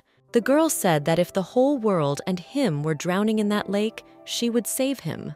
The young man smiled and thanked the girl for this attitude and then kissed her. Lennox replied to her that he would have saved her too, not the world, as she was the most precious thing in his life. The Archduke then decided to show his beloved what he loved most about his estate. They sailed to one very beautiful and quiet place that the young man had liked since he was a child. At that moment, the girl thought of what the Archduke's childhood had been like. Vivian realized that she hadn't been a fan of his since she was a child, so now she was curious about that early life. She decided to ask his mother if there were any portraits of little Lennox left in the house. She thought that even then he had been very sweet, so she was going to ask Isabella to show her this miracle. After that, she wanted to reach out and touch the water. She did so and began to fall into the water. The Archduke became frightened and screamed, calling her by name. Then he jumped into the water and pulled Vivian to shore. She began to cough a little. Vivian had a strange sensation. She felt like she was still in the water, though the young man pulled her to shore and held her in his arms. Lennox squeezed her hand and asked her to be patient for a while, as they were soon to be at the mansion. He clutched her to his chest and ran, almost crying home. When he got to the mansion, all the servants ran to him. The man explained to the servants that the girl had accidentally fallen into that very lake. Vivian didn't understand why everyone was so excited and why the lake was the one. The servants quickly ran to heat the fireplace to warm the lady. The maid ran to prepare a hot bath. The butler said he would bring hot tea now. Meanwhile, the Archduke brought the girl into the room and told her that it was necessary to remove her clothes, for if she did not, her body temperature would drop. So he started to undress in front of her, and as much as she felt bad, she asked him not to. He was now standing in only his pants, and she was in only her shirt, as he had quickly removed her dress before, and the girl sat sneezing and indignant. And the young man kept smiling and saying that in this life he could do everything, as he was a very talented person. Now it was time to go to the bathroom to warm up. He picked her up in his arms again and carried her to the door, though the girl objected to it, saying she could walk to the door herself. And now the two of them were sitting in the bathtub. Vivian felt good as she warmed up. The Archduke, meanwhile, hugged her, and Vivian said it was somehow too much since they weren't married yet, and he parried and said it was just a hug. The man said he was well in control so she could relax and rest, but the engagement and wedding had to be done quickly or he would die. Vivian thought about what had happened to her at the lake. The Archduke said that by that lake the last death occurred 200 years ago, as a spirit now dwells there, for a man bound to him by a contract died. It turns out that the ancestor of the Glenn family was an elementalist. That man is dead, but the spirit who made a contract with him is not, and lives in that lake. And now that spirit had taken an interest in Vivian.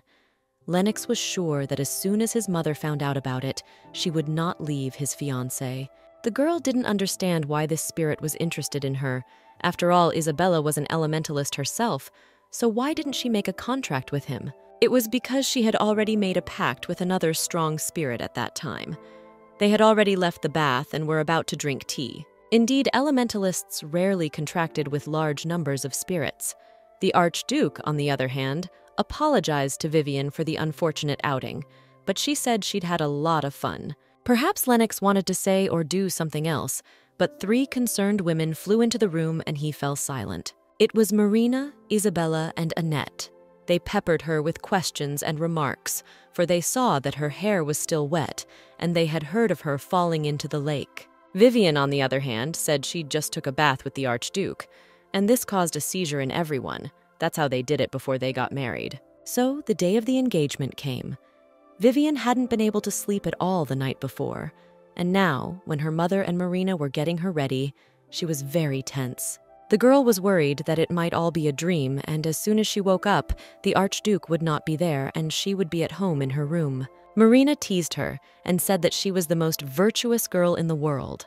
And now the outfit was ready, and Vivian was beautiful in it. Everyone was delighted with her, but only the girl herself could hardly hold back her tears, and Emma and the others told her to pull herself together as it was only an engagement and there was a wedding ahead of her. Marina, on the other hand, asked her friend to have fun because today was such a wonderful day. At that moment, Walter the butler came to her chambers and said that if she was ready, it was time for her to go down to the Great Hall. The girl called her mother and Marina and went downstairs. She was pleasantly surprised, no, even shocked by the decoration of the hall, and there were an incredible number of guests. Vivian had hoped that there wouldn't be so many guests, since they had announced their engagement at the last minute. At that moment, Isabella waved her hand and beckoned the girl over to her. A handsome young man stood beside her. The Duchess said that she was probably so happy and joyful lately, since she could see Vivian every day and stroked her head. Then she said that the girl was very pretty today. The man who was next to Isabel turned to them. They recognized him as the Crown Prince, Asmod Bleak Elphidon. Vivian sat down in a deep curtsy, introduced herself, and said she was very happy to see him at their humble celebration. Asmod said he had heard about her, and then added that it was no wonder Lennox had taken a liking to her, for she was a very nice girl. The prince said the girl shouldn't have been so worried, for he and the Archduke are like brothers. Asmund leaned over to her and said that Vivian was a very pretty girl today, so he understood why Lennox had chosen her. Vivian noticed that the young man's voice was soft and sweet, but it had the scent of a poisonous flower. This led her to conclude that the man in front of her was a very dangerous man. The girl knew that all poisonous flowers and mushrooms looked very pretty, and then she thought of the Archduke and became in a moment very sweet, for her fiancé was not poisonous, though he was handsome. Vivian noticed that the auras of the Archduke and the prince were very different from each other. The former was a beautiful predator, the latter a poisonous serpent. She realized that next to the heir to the throne, she had no right to let her guard down, as he would immediately bite her and not even notice. The prince, however, was curious as to the circumstances under which she had met Lennox. He knew exactly how they'd met, but he'd asked.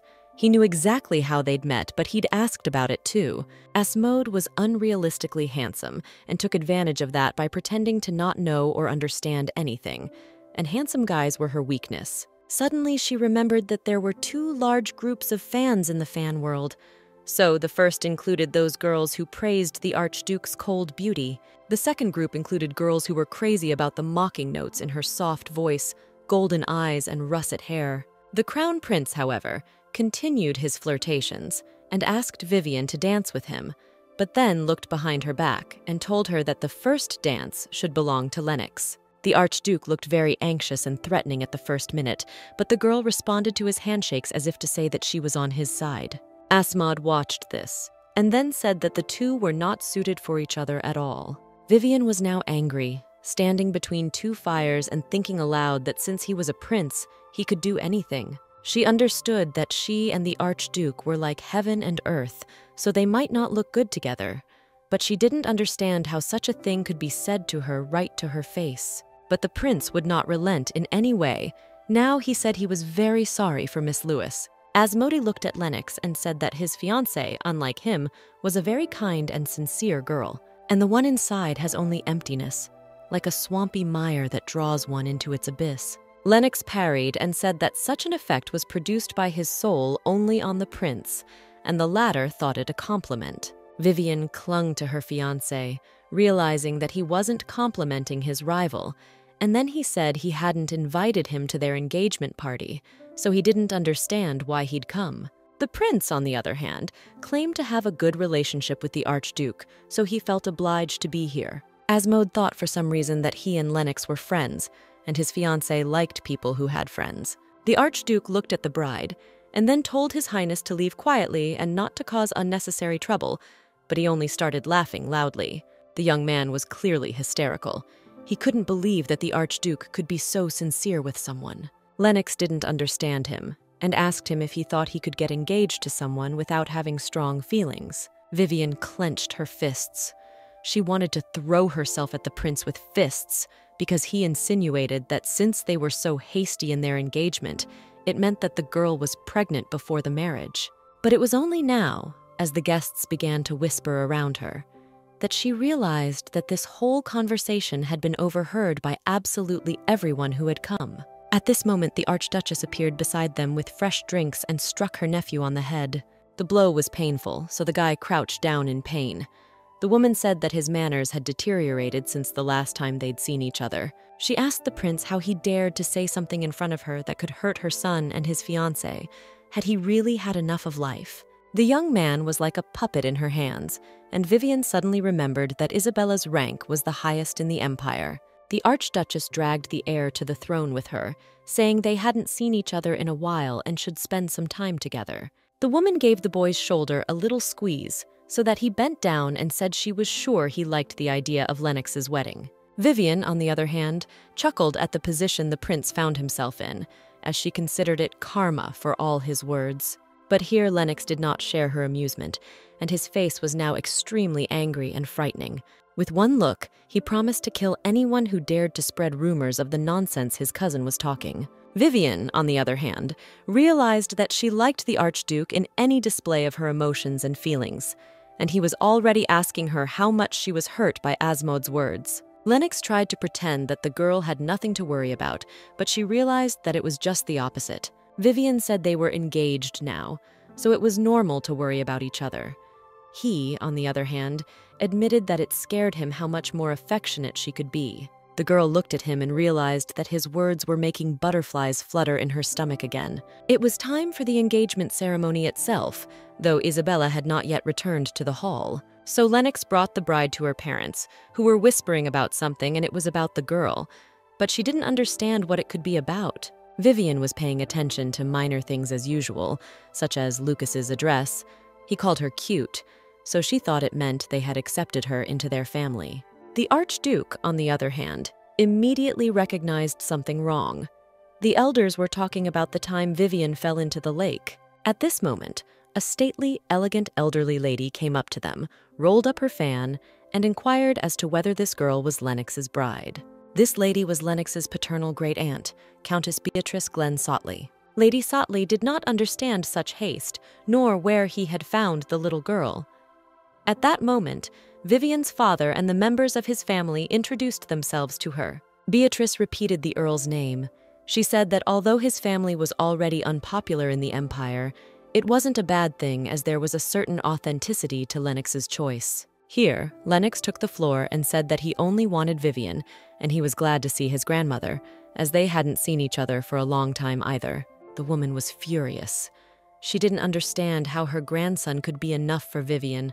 After all, This wasn't how she had raised him, and she wanted to hit the fan already. The Archduke stated that he had been raised by his parents, and his grandmother said she would not accept Vivian into their family, and if he wanted to marry her, she had to prove herself. At that moment, Isabella appeared with the prince under her arm and said that Vivian had exceptional powers. She went on and said it was something so unique that even the forefather of the Glen family could rise from the grave. Beatrice interrogated the Archduchess about whether the powers she was talking about were the ones she thought she was talking about, and the woman confirmed it. Vivian didn't know what she was talking about because she only knew how to be a fan of the Archduke, to draw beautifully and write popular novels about him. But it wasn't about that at all. As it turns out, she was chosen by the spirit of the Glen family. The aristocrats whispered again as everyone knew that this spirit had not chosen anyone for 200 years, and now it had chosen this girl. But here's the problem. She didn't have the abilities of an elementalist. And then Isabella said that the spirit of the Glen family had the highest rank in the bloodline. It was a supreme spirit with special preferences in choosing a person, so no one knew exactly what criteria he was guided by. The main thing turned out to be that this spirit had an interest in Vivian and no one else. So after the ceremony, Isabella wanted to go to the lake and check things out. Afterward, the Archduchess asked Beatrice if she wanted to check out any more of the girl's talents. The answer was no. Lennox was satisfied, as he realized that in this scenario no one would dare to touch the girl. Vivian, on the other hand, found it hard to accept the responsibility heaped upon her, for everything was happening too fast. The engagement, the spirit, and the ill-wishers. The young man continued to embarrass the bride until he was smacked upside the head by his mother and told to focus on the engagement. Lennox gawked at his mom and asked when she wanted to go and test her hunch. Isabel thought for a moment, then said they could go to the lake before the party started and come back after they checked everything out. But Lennox didn't particularly like the idea, but his mother was sure it was a great option for their situation, since everyone got a chance to find out how special Vivian was. The Archduke, however, wanted to be the only one who would know what his bride was capable of. He wanted to be the only man who looked at her and who she looked at, but he realized that she would be his spouse. But that didn't change the fact that other people's eyes would be fixed on her, even though he wanted to enjoy the girl alone. Isabella stroked her son's head and told him he was a good boy and not to dwell on the little things. The Archduchess asked Vivian not to be frightened, for Lennox had had moments when he had fallen out of reality like that. At that moment, the girl noticed that Asmodee was looking at her intently. He was smiling and drinking wine, but this smile was not at all kind. But then Vivian informed the Archduchess that she loved her son whether he was good, evil, happy, or sad. And then the prince could not bear it and laughed out loud, not holding back, saying that Lady Lewis was a very natural girl. Laughing, Asmod said that he was interested in Vivian and asked his cousin not to be hard on him, as perhaps this girl would attract and entertain him. Isabella's face changed, and she told Asmodee that he was being too brazen, so she decided to teach him a lesson as soon as the engagement was over. The Archduchess told Asmode to behave himself, for he knew how terrible she could be in anger. And she told her son that Lennox should be more serious too, for he was to be married soon, so she did not want this sort of thing to go on. At this moment, Vivian suddenly realized that the Crown Prince had misunderstood something, so she decided to approach him for clarification. The young man allowed the girl to speak while calling him by name, but the girl decided to call him Your Majesty the Crown Prince, and then said that she had understood him correctly, that there had recently been talk of her being seduced by him. As uncomfortable as it was for her to talk about such things, she asked him to refrain from saying such things as it was inappropriate. She thought that when he said it in front of strangers, it was bad for her reputation, and besides, even if he tried to seduce her to the Archduke's disadvantage, he wouldn't succeed. Vivian then grabbed Lennox's arm and dragged him away from the hall as Asmodee began to glare at her. Running away from the prince, they went to the balcony where the winter flowers smelled. She hoped that here the Archduke would calm down a little. To calm the man down, she pulled a candy bar from her pocket and gave it to him. Lennox happily gobbled up the candy, and the girl smiled and asked him for another bite. Vivian watched her fiancé's mood change. She figured he didn't like the dark chocolate, so he was upset. But it was not so, and the Archduke kissed the girl. The young man said his mood was much better after he ate a sweet and kissed the girl. It came to Vivian that by sweet he meant definitely not candy. And then he hugged his bride tightly and thanked her for treating him this way. The girl was happy. She liked to snuggle against the Archduke's body, for it was warm and strong. The girl said it was now time to go back to the Great Hall to exchange rings, and he asked her if she had any more candy, but she didn't. The Archduke, on the other hand, claimed that it wasn't true, and she had a pocket full of candy, but she didn't want to give him any more even if he asked for it. Since she doesn't give him any more sweets, he decides to start kissing her again. He hugged her and told her that the girl's lips were much sweeter than chocolate. Vivian, on the other hand, was sure the Archduke was much sweeter than she was. Vivian gritted her teeth at the man's indignation and double standards, but she was determined that it shouldn't happen again. So she grabbed his tie, pulled him to her, and kissed him. Suddenly, the girl noticed that the young man's pupils dilated, so she decided to run away from him. Vivian suddenly realized that if the young man caught up with her, they would become the kind of couple that openly showed their feelings in public. At that moment, the girl saw Lucas and ran up to him for help. He grabbed her by the shoulders and told her she was too cute. The man he was talking to agreed with that statement, and the Archduke's father was already asking her about what had happened to her. She begged her future father-in-law to save her from Lennox, who was closing in on her like a storm cloud. The young man insisted that the girl go with him, or else he would just go crazy. Lucas asked his son about whether they had had a fight, but he replied that they hadn't, and Vivian had just run away from him. He confessed to his father that he tortured his fiancée, to which the man said that if the son continued to torture the girl too much, one day she would truly run away from him. Vivian, on the other hand, looked at her fiancé and realized that he wanted to hear that she wouldn't run away from him, but he kept teasing and mocking her. For once, the girl decided not to fall for her fiancé's sweet face and clear the air right here and now. At first, she was determined to teach the Archduke a lesson, but then she quickly gave up, for he had too sweet and handsome a face, and she considered that in such quarrels the one who loves more yields. So she went up to her fiancé and told him that she would not run away from him and would always be at his side. Her words made him blush, and he said he would not let her go under any circumstances. Finally, it was time for the ring exchange. In truth, the ceremony was simple. They just had to exchange rings in front of everyone. The decorations that the Archduke had prepared for the occasion were dazzlingly beautiful. Under the gazes of a crowd of aristocrats, relatives, and a priest, they exchanged rings. Vivian remembered that Lennox had prepared these rings 6 months ago. She didn't know how to react to his secret preparations for this day. It was still hard for her to believe that they had thought they had loved each other unrequitedly for 5 long years. It seemed to the girl that since she had fallen in love with him first, she had stronger feelings. As she slipped the ring on Lennox's finger, the priest announced that the engagement was complete, and she thought the moment was like a dream. Some applauded, others and the Archduke's female fans wept bitterly. Everything was fine exactly until she thought about the fact that now she would be envied, and possibly hated, by the girls who liked him too. Now the girl was starting to feel a little worried about it, and she was most worried about the actions of the Marquis Maurice's daughter, for the girl had gone to great lengths to marry Lennox. The Marquis's wife supported and helped in every way possible for her daughter to achieve her goal, but everything went down the drain. At the gala, among the crowd of aristocrats, Vivian saw to her relief no family of the Marquis Maurice. The girl hoped she wouldn't have any problems later on, but realized she was probably wrong. After all, she could perfectly see Asmod standing on the balcony, smiling wickedly as he watched the pair of them. The ceremony was over, so there was time before the banquet, and everyone came to the lake where the spirit of the Glen family resided. Lennox hugged her, and the girl herself realized that she was the center of attention today, as everyone was intrigued that she was the one the spirit might choose. Vivian worried greatly that the assumptions about her spirit image would be wrong. She feared that she and the Archduke might have been separated, but she realized that they belonged together. The girl wasn't going to let go of Lennox, so she clung to his arm, and he asked her to continue to be a little more generous with her touch and stuff. She alluded to kissing, which could be more than just on the lips. Vivian didn't realize where other than her lips she could kiss him, and he said wherever her soul desired.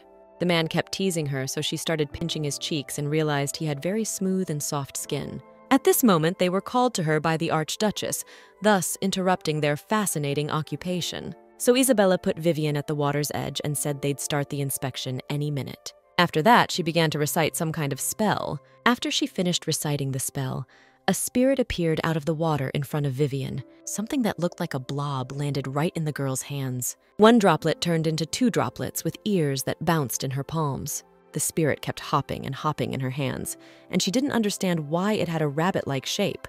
It struck her as a bit of a wicked joke, but Lennox explained that sometimes spirits adopt the characteristics of those they contract with. Vivian savvy that she hadn't contracted with anyone yet, but her fiancé said she would soon. The spirit kept jumping around the girl while she poked his calf with her finger and asked if he had really chosen her. The girl resented the fact that the spirit had dragged her into the lakes for a little more and she would surely have gotten sick. Vivian couldn't hear the water rabbit's voice. That was how they didn't have a treaty yet, but his whole look said he was sorry.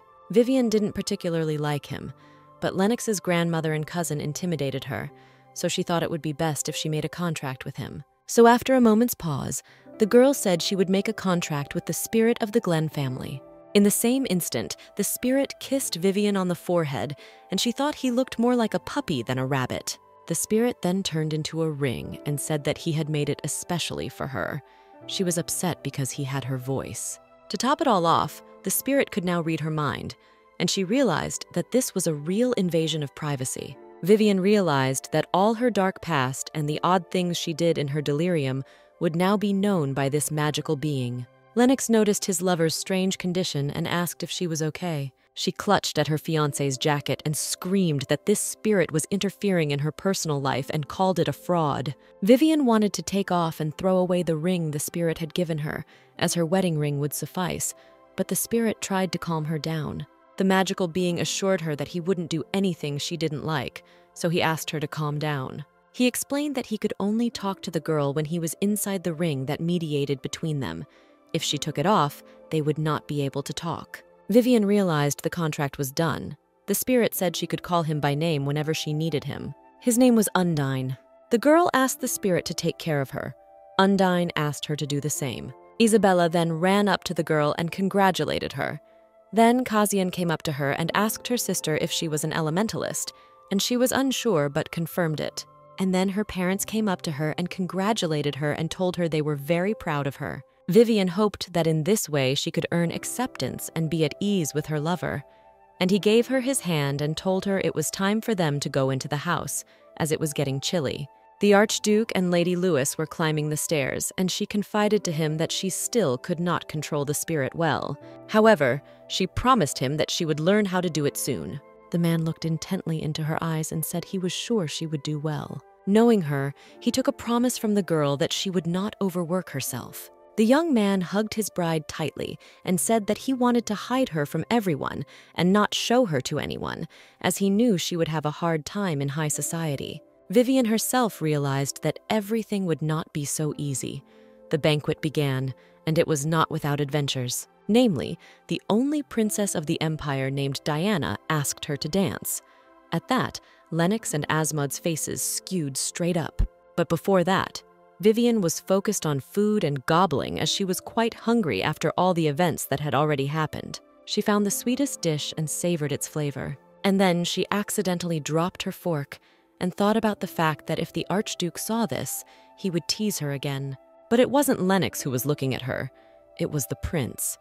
He noted that she had a good appetite, so he wondered if the dish was good. She didn't understand why he was hooking up with her while pretending to be a kind and decent man. Vivian began to search for the Archduke with her gaze, and noticed that he was talking to the guests of honor at the banquet. Now Asmoda was mocking her and saying that she was like a rabbit because the first food she ate was fruit.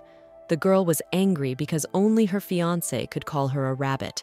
The prince noted that such a thing could hardly be satiated, so he promised to bring her more. But Vivian didn't let him go. She grabbed him by the shoulder and told him that if she wanted to, she could go and get a refill herself. The girl didn't want Asmod to force her to eat, and Marina wasn't coming, so she decided to eat what was on her plate quickly. She quickly shoved the dessert into herself, jumped up from the table and went into the hall, the prince following her tail. And just as she approached the Archduke, someone grabbed her arm.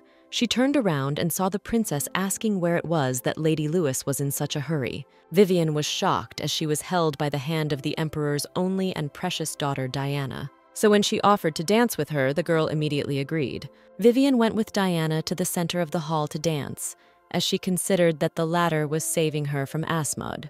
But then she was stopped abruptly by the Archduke and told that he would not allow it, as Vivien belonged to him. He insisted that the princess let go of his fiancé's hand. Vivian realized that the Archduke was watching her, and also today he was shining brighter than usual. Diana let go, but was clearly annoyed as she took offense at her cousin trying to appropriate the girl for himself. The emperor's second son, Israfel, approached them. He noticed that Lennox was surprisingly showing his true feelings in public, while Asmod couldn't get into the conversation. Everyone around was surprised that practically the entire imperial family was gathered at the banquet, as well as the fact that the prince called the Archduke his brother. Vivian knew that there was a strange relationship between the second prince and the Archduke. Lennox looked at the prince so that he would not approach him, and the latter clung to him like a faithful puppy. Vivian also knew that her lover was reluctant to get close to other people, but here her imagination painted a completely vulgar picture of the two of them. The girl remembered that among the groupies there were those who associated the Archduke with Israfel, thus making a triangle catastrophe. At this point, the prince asked her what she liked about Lennox. She said in all seriousness that her fiancé was very handsome. Israfel thought she was being superficial, as she was only looking at the groom's looks. It had been hard for her to object to something like that before, but now she had something to add. So she said that she also liked Lennox's gentle voice and his affectionate gaze directed at her, and she was also attracted to the Archduke's honesty in his words and actions. After such a speech, the second prince's eye twitched. He could not believe that the girl had called the Archduke affectionate and tender. The young man hesitated, embarrassed, and realized that Lennox was only like this with Vivian. At that moment, Vivian realized that the second prince and Princess Eunice were her rivals for Lennox's heart and hand. Vivian thought about it. Lennox noticed this and asked what had happened, but she didn't answer immediately and thought about Princess Eunice, though she realized that the Archduke had to solve this problem, but she was worried about it too. But she didn't want to discuss the subject, so she asked her fiancé when she could get her first dance with him. Since that was the case, they stood opposite each other and laughed, and the other prince marveled, for he had not seen the Archduke like this ever before. Meanwhile, Lennox was already holding out his hand with Vivian, inviting her to the first dance. Vivian gladly and happily accepted his invitation to dance. The girl suddenly remembered Princess Diana, but the latter was whispering to her that everything was fine, but Prince Asmod was drilling her with an angry look. And now they were ready to spin in a dance, as the girl stopped and asked the Archduke how he knew her favorite song. The young man admitted that he had done a little investigating and learned everything he could about her. So now he knew about everything she loved and hated. The girl realized that he knew about all her secrets and secrets. The music started and they began to dance. Lennox said that during this time she stepped on his foot 5 times, but it was nothing, because he had strong legs, and Vivian promised to wear high heels next time. In the young man's opinion, it was a bad idea, as then she wouldn't even be able to walk. Such statements made her angry, but the Archduke was enjoying himself heartily and smiling cheerfully. And then he said that, whatever it was, he wanted to learn as much about her as he could about the preferences he didn't know about yet, down to the most minute details. It was important for Lennox to know how he could pamper and delight her day in and day out. The Archduke invited the girl to go up to the rooms, as he felt that she had already spoiled everyone present with her attention. When they got upstairs, the first thing Lennox did was to start taking off her gloves, as he assumed it would be extremely uncomfortable to walk around in them all day. Vivian said it's not a big deal, so there's no need to worry about such a thing. And then he apologized to the girl for the indelicacy, came quite close, and bent down to kiss her. He tormented her soft lips with a kiss, and she realized that was what he meant by being left alone. The young man was literally lying on top of her, but she stopped him as she realized that someone could walk into that room at any moment. But he realized that if today was enough of that, then he would wait for tomorrow. It was time to see the guests off, but the Archduke noticed that she had something interesting around her neck, so he decided to call in the maids with a new dress with a collar and also to have them fix her hair. So the maids quickly changed her, but the girl liked her previous image better, which spoiled the Archduke, so to the guests, she had to go out in a new one. 3 days after their engagement, they were about to move to the capital, and the girl was nervous as she realized what awaited her there. She was well aware that a hail of gossip, reproaches, and other things would fall upon her, but nevertheless she was not afraid, for Lennox was beside her. Besides, her parents were traveling to the capital with them, as well as Marina and Cassian, so she was confident she could handle the situation. Vivian also comforted herself with the fact that she now had sweet Unan. The spirit of the Glen family didn't like that nickname for some reason, so he asked her not to call him that. Vivian petted the spirit. She said she would try hard, but Unan would have to help her a little too. The spirit jumped again and said he would definitely help her. At that moment, the Archduke came up to them and said that the servants had loaded all the luggage and it was time for them to depart. He gave her a hand and helped her into the carriage. On the last step, the girl turned around and kissed Lennox. It was a kiss of gratitude, but then in the carriage she regretted 1,000 times that she had done it, for it was not enough for the Archduke, and so they left the carriage red as tomatoes. And so they arrived in the capital of Elfidar. Vivian had decided to meet Marina before her date with the Archduke, but she was nervous about the upcoming date. Lady Lewis, as usual, was acting a little strange in her rejoicing, which her friend noticed, so she asked what she was doing. Vivian was embarrassed and said nothing. Marina did not ask about it further, but said that her friend today is a charm. She began to say that not only today, but recently she has become an incredible beauty. Their goal is to go to the biggest bookstore in the capital to buy love novels. After all, Vivian had a problem. She didn't know what to do when the Archduke touched her. At that moment, the girl realized that she had said something unnecessary and blushed, trying to think of something not to look stupid in her friend's eyes. She admitted that she wanted to buy and read a love novel to gain some experience before the wedding. Marina understood that her friend wanted to try to learn the art of relationships from novels, which seemed a little strange to her. But then she pulled her into the bookstore herself. They walked to the store in complete silence. At this point, Unan spoke to the girl. He was curious that his master wanted to learn about relationships and love from books. She tried to deny the obvious. Vivian resented the spirit meddling in her personal life and said she would learn everything from her teacher. But Unun didn't realize that theory and practice might be different in this case. The girl thought about the practice and one of her kisses with the Archduke. She thought that was what they wrote about in novels, but they had had such a relationship before. Pensive as ever, Vivian tripped and almost fell, but Marina held her up. A friend noticed that Lady Lewis had begun to stumble again, for she might thus soil her beautiful new dress. Marina felt her friend's fever rising, but Vivian reassured her and told her that everything was fine. Vivian talked about how it was too hot outside and she was dressed up today. Marina noted that it was warm outside and said that there wasn't a single cloud in the sky. And Lady Lewis said that the color of the sky had the same look as the Archduke's. So the girls came to the store and there were too many people there, namely girls. One of the visitors to the store was the Marquise Maurice, who was selecting something. Marina now noticed the Marquis's daughter too and said that it really wasn't the most pleasant meeting, but her friend realized that avoiding the encounter wouldn't work. The girl thought Marquise Maurice was on Vivian's side, but then why were they hiding behind the racks? Vivian herself realized that her rival adored her novels, or rather, Vivi Rabbit's novels. Vivian always hid under a pseudonym to write her novels, so when meeting other aristocrats, she pretended she couldn't write, so she thought she knew she was Vivi Rabbit. Only Marina and the family knew. Marina voiced that the Marquise was a very beautiful girl, so she always had too many suitors, but she was faithful to the Archduke. The enchantress tried to reassure her friend, as she was now the mistress of the Glen family spirit. Vivian and Marina went to the second floor, where there were just love novels, as she wanted to buy something new, but all such books were already taken away.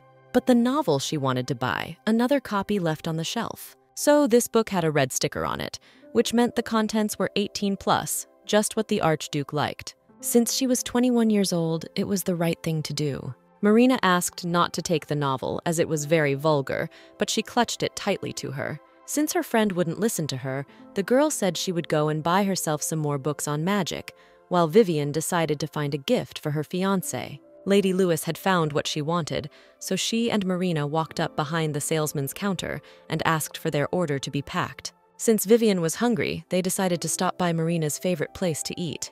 They were on their way to have pancakes and coffee. At the cafe, the girls got themselves 2 cups of coffee and several kinds of sweet pancakes, so Vivian sat back and savored every bite. As soon as the girls had finished eating, they were about to leave, and Lady Lewis confessed that she had never eaten more delicious pancakes anywhere. At that moment, a woman's handkerchief fell at the feet of the protagonist. She picked it up and wanted to return it to the mistress. But it wasn't a handkerchief.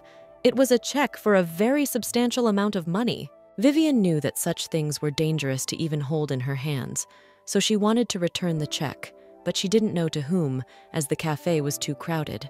That's when Unun came to her rescue and told her that the object in her hands belonged to a woman with blue hair. So Vivian warned her friend that she would go return the check to the stranger, and after that she would approach her and they would move on. The beauty was sitting in a quiet place away from the crowd, and at that moment the protagonist approached her. The girl didn't think long and handed the stranger her cashier's check. With her whole appearance, she was trying to say that she was not a thief and wanted that ominous piece of paper taken away from her as quickly as possible. The stranger thought she'd lost her check, but Vivian insisted that she take her money and hurry up, which she did. Belle looked intently at Lady Lewis and said that she was no ordinary person. She wanted to buy Vivian a cup of tea, but she refused, saying she was expected downstairs, as she recognized the girl who sat at the table. The protagonist ran to her friend who was waiting for her downstairs and thought about how a member of the royal family could go to such a cafe. After that, Vivian decided to focus only on her date as she didn't want to ruin it. The girls said their goodbyes and each went about their business, wishing each other a good time. The princess looked at the check and realized that a very nice girl had brought it to her. On the way to the date, Vivian almost fell several times, but still reached her destination in one piece. There she was, already waiting for the Archduke. The girl realized that the groom had been waiting for her for quite some time, though he himself said he had only just arrived. He held out his hand to the bride and asked where she wanted to go today. She noted that he was as beautiful as ever, and off they went. Lennox looked at her and asked why she was not accompanied on the walk by an escort. The girl admitted that she was dating Marina, which is why she went alone. The Archduke did not understand her carelessness, as he did not understand what he should do in a situation where something dangerous would happen to her while she was walking alone. Vivian smiled sweetly and said that would never happen, plus she had her spirit by her side. But Lennox knew that she still couldn't use her spirit power properly. The young man took her hands in his and said he was glad Unun was with her, but he asked her to walk with an escort. And then he abruptly changed the subject and asked if she had gotten permission from her parents to live in the same room with him. The girl admitted that her father didn't mind, but her mother was stubborn and wouldn't allow it. The Archduke's parents supported their son's idea of him and his bride living together, but the girl's mother and brother were strongly opposed. Vivian realized that she had managed to win her father over to her side, but her mother had not, and neither had her brother, but his opinion didn't matter to her. But she had an idea how to change Annette's mind. Meanwhile, they continued flirting on the street and looked very happy. So, Vivian came up with a plan. She decided to bribe her mother with gifts to convince her that her fiancé was a good man. For this, they went to an expensive store. It was a jewelry store, and Vivian knew that everything here should suit her mother. She couldn't imagine that of all the things in there, the Archduke would offer to buy a poodle brooch for her mom. The girl didn't understand how black pearls could be used to make such a thing, but she didn't know how to tell her fiancé in such a way that it was an unfortunate choice. So she told him she wasn't sure her mother would like this brooch. Since that was the case, he picked up and tossed the item onto a jewelry pad. She didn't understand how things could be handled like that.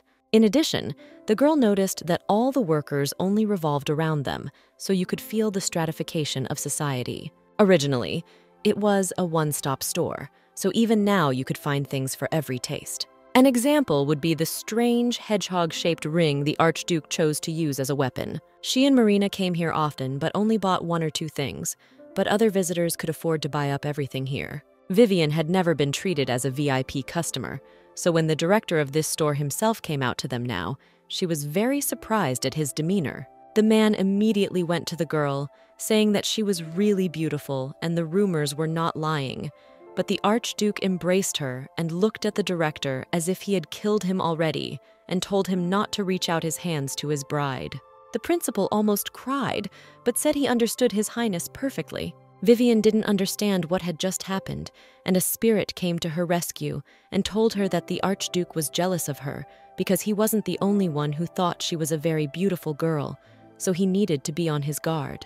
She looked questioningly at her fiancé and didn't realize if she had given any reason for jealousy. He further offered the bear as a gift, but the girl didn't understand how he had managed to pick the perfect gifts for her up to this point, and here it was all passing by. Lady Lewis wanted to know how the young man managed to pick out her gifts.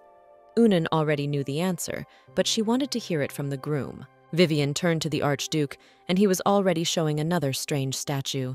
At this point, she mustered up the courage to ask the young man if he always had trouble choosing gifts. He admitted that it was like that, as he couldn't concentrate, but for her, he chose gifts easily. It made him think. She wondered why that was so.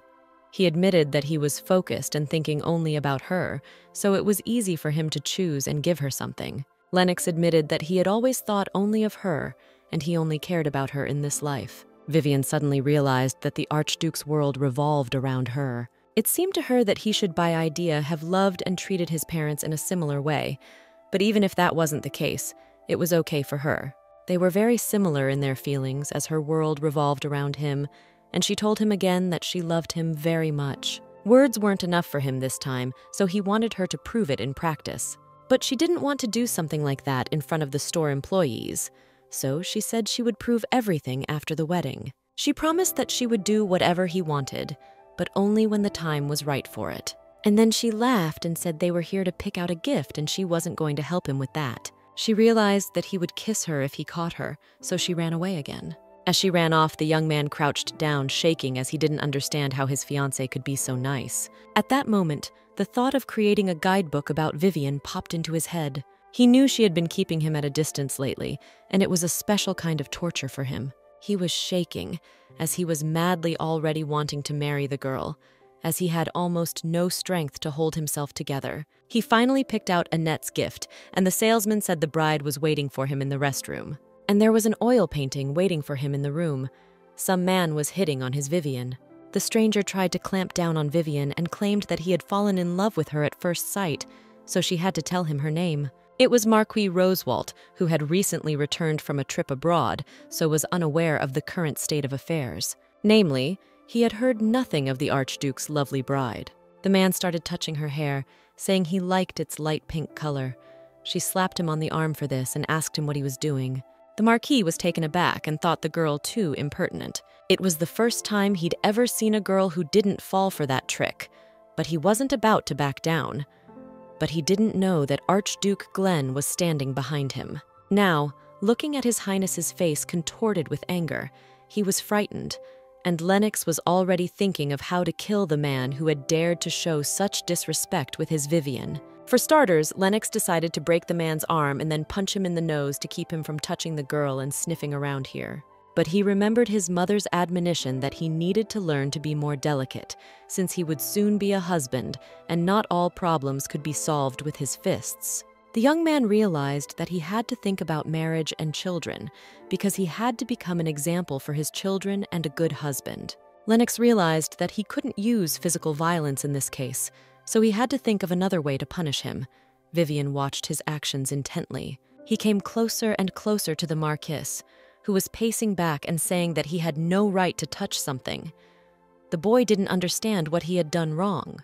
The Archduke was already blacker than a cloud, saying that the girl he was hitting on was his fiancée. Lennox pressed the Marquis against the wall and said that to his regret, the man's habit of changing girls like gloves never changed. The Marquis didn't quite believe it. He understood that the girl was nice, but how she could get the Archduke's heart was strange. His Highness didn't understand why his rival didn't get his words and continued to stare at his fiancée. The Archduke, on the other hand, brought his face close to the Marquis's and asked him to remember that he had not beaten him to death, only because Vivian was standing nearby. The Marquis fell on his knees and began to beg the Archduke to forgive him for having committed a grave sin and allowed himself the impermissible.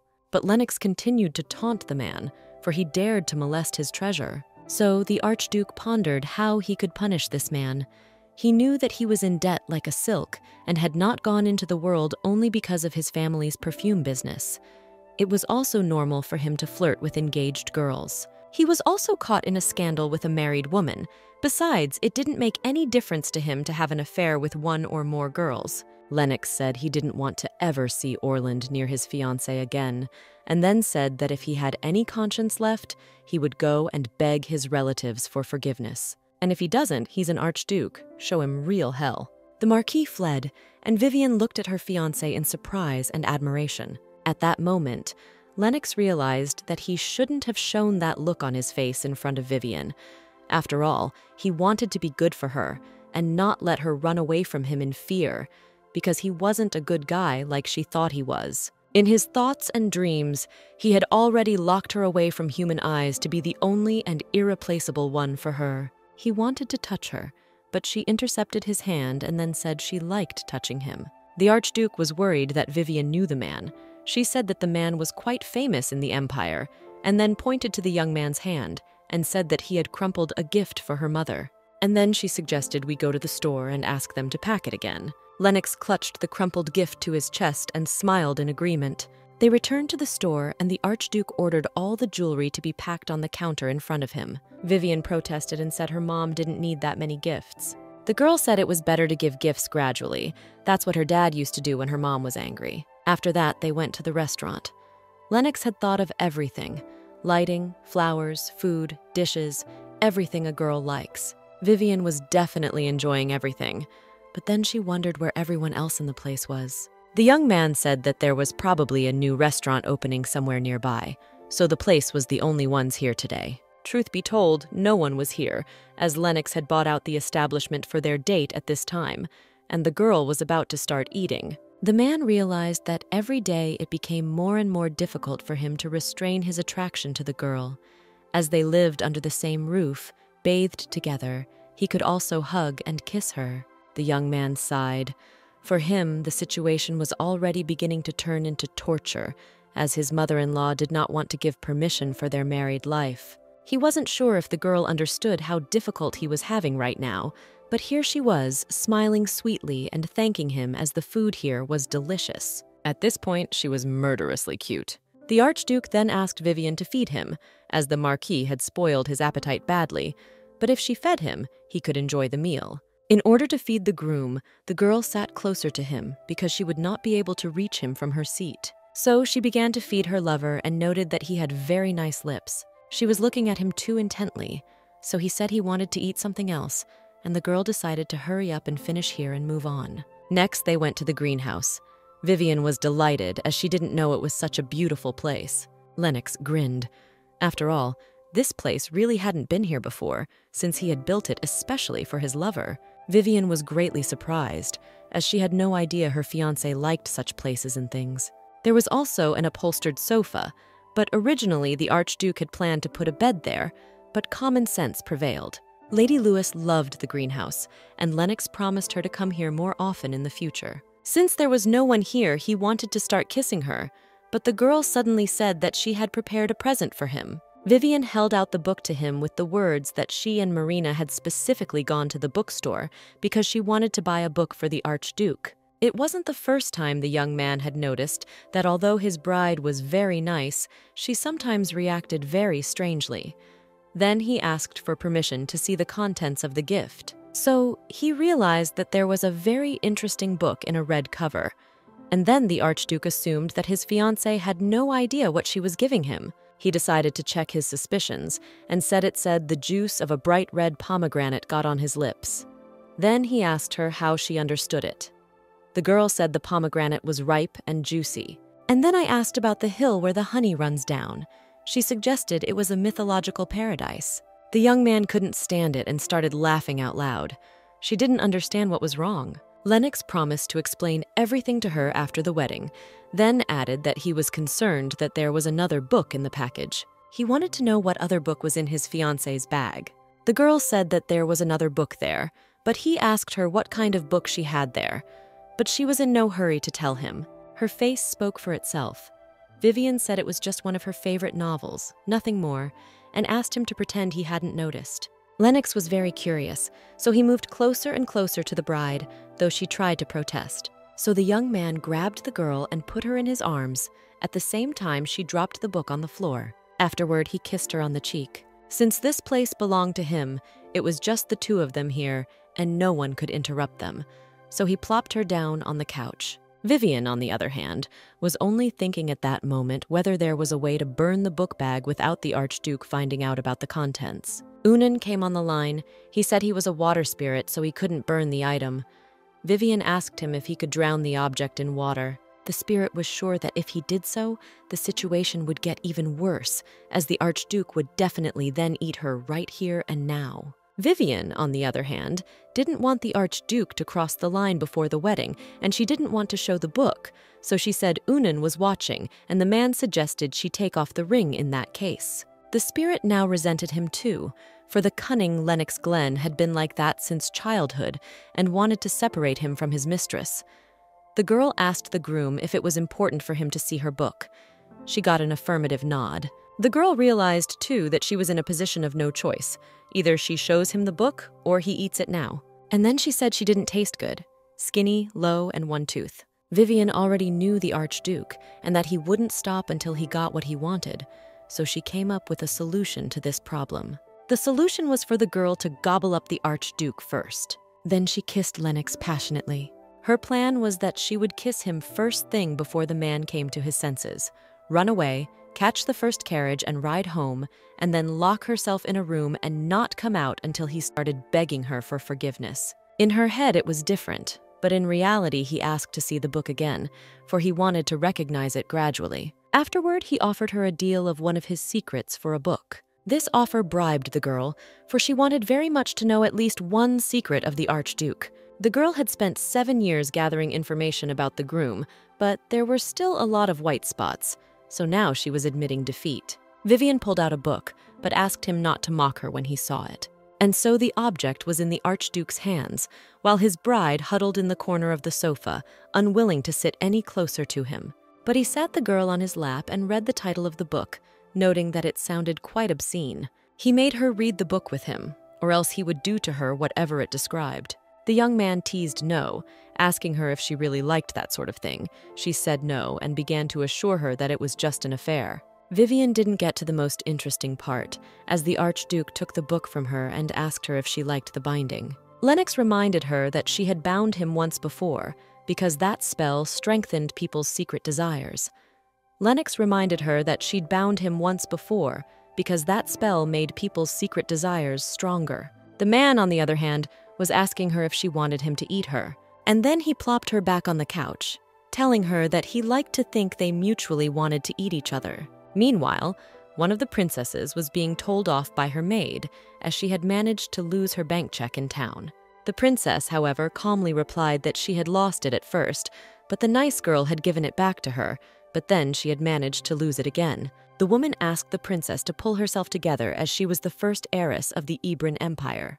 The princess closed the book and said she was lucky because she had Melanie, and the maid said she would have to do an even better job of looking after her mistress. Eunice, on the other hand, asked Melanie what she had been able to find out about Archduke Glen's fiancé. They had already found out that the girl's family was not rich, and she had a very sweet character, so she won the hearts of many of the Archduke's closest people. The princess had come to this city to find the reason why the Archduke had refused to be engaged to her.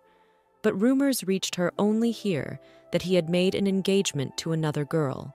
The girl was not going to back down and was going to marry him at any cost for the good of the empire. She thought she would have no trouble breaking the spell of Cinderella, who had charmed a man into becoming his bride. The princess lay on the bed and thought about how the girl who had helped her find the check was very nice, just her type. Her Highness longed to ask the stranger's name the next time she met her. Meanwhile, Lennox and Vivian were getting ready to doughboy. They both thought they had a great date. Lennox was only worried that the main course would not be available to him until after the wedding, and the girl asked him to take his time. He seemed to understand the reason for her excitement, and then said that since they were engaged, it was normal to want to wake up in the same bed. The girl agreed, but didn't want to lay there all day. And when the girl began to frighten him with Isabella, he said that in that case, they would be engaged until death. and not marry. He kissed the girl on the forehead and wished her sweet dreams, promising to tell her secret another time. Vivian flushed and realized she was marrying a real sadist. The next day, Vivian asked Isabella to teach her some spirit magic. The woman was very happy to see her. The Archduchess asked the girl to call her mother, and when the girl did, was very pleased and happy. Lady Lewis tried to call Isabella and Lucas mom and dad, but was still very shy. The woman, however, asked if she had received a gift from her son. The Archduchess was getting a little angry with her offspring because he had decided to monopolize Vivian and was showering her with gifts, which didn't give her the opportunity to send her anything. And okay for her.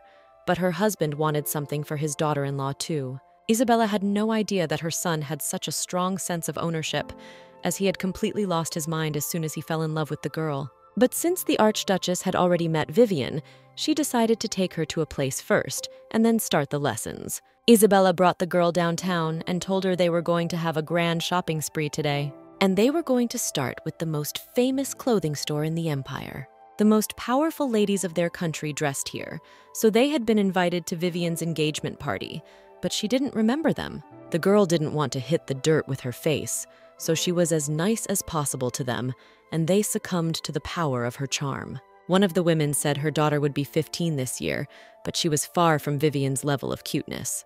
The women talked among themselves but looked at the girl, and then asked how she had met the Archduke. The Archduchess answered for her.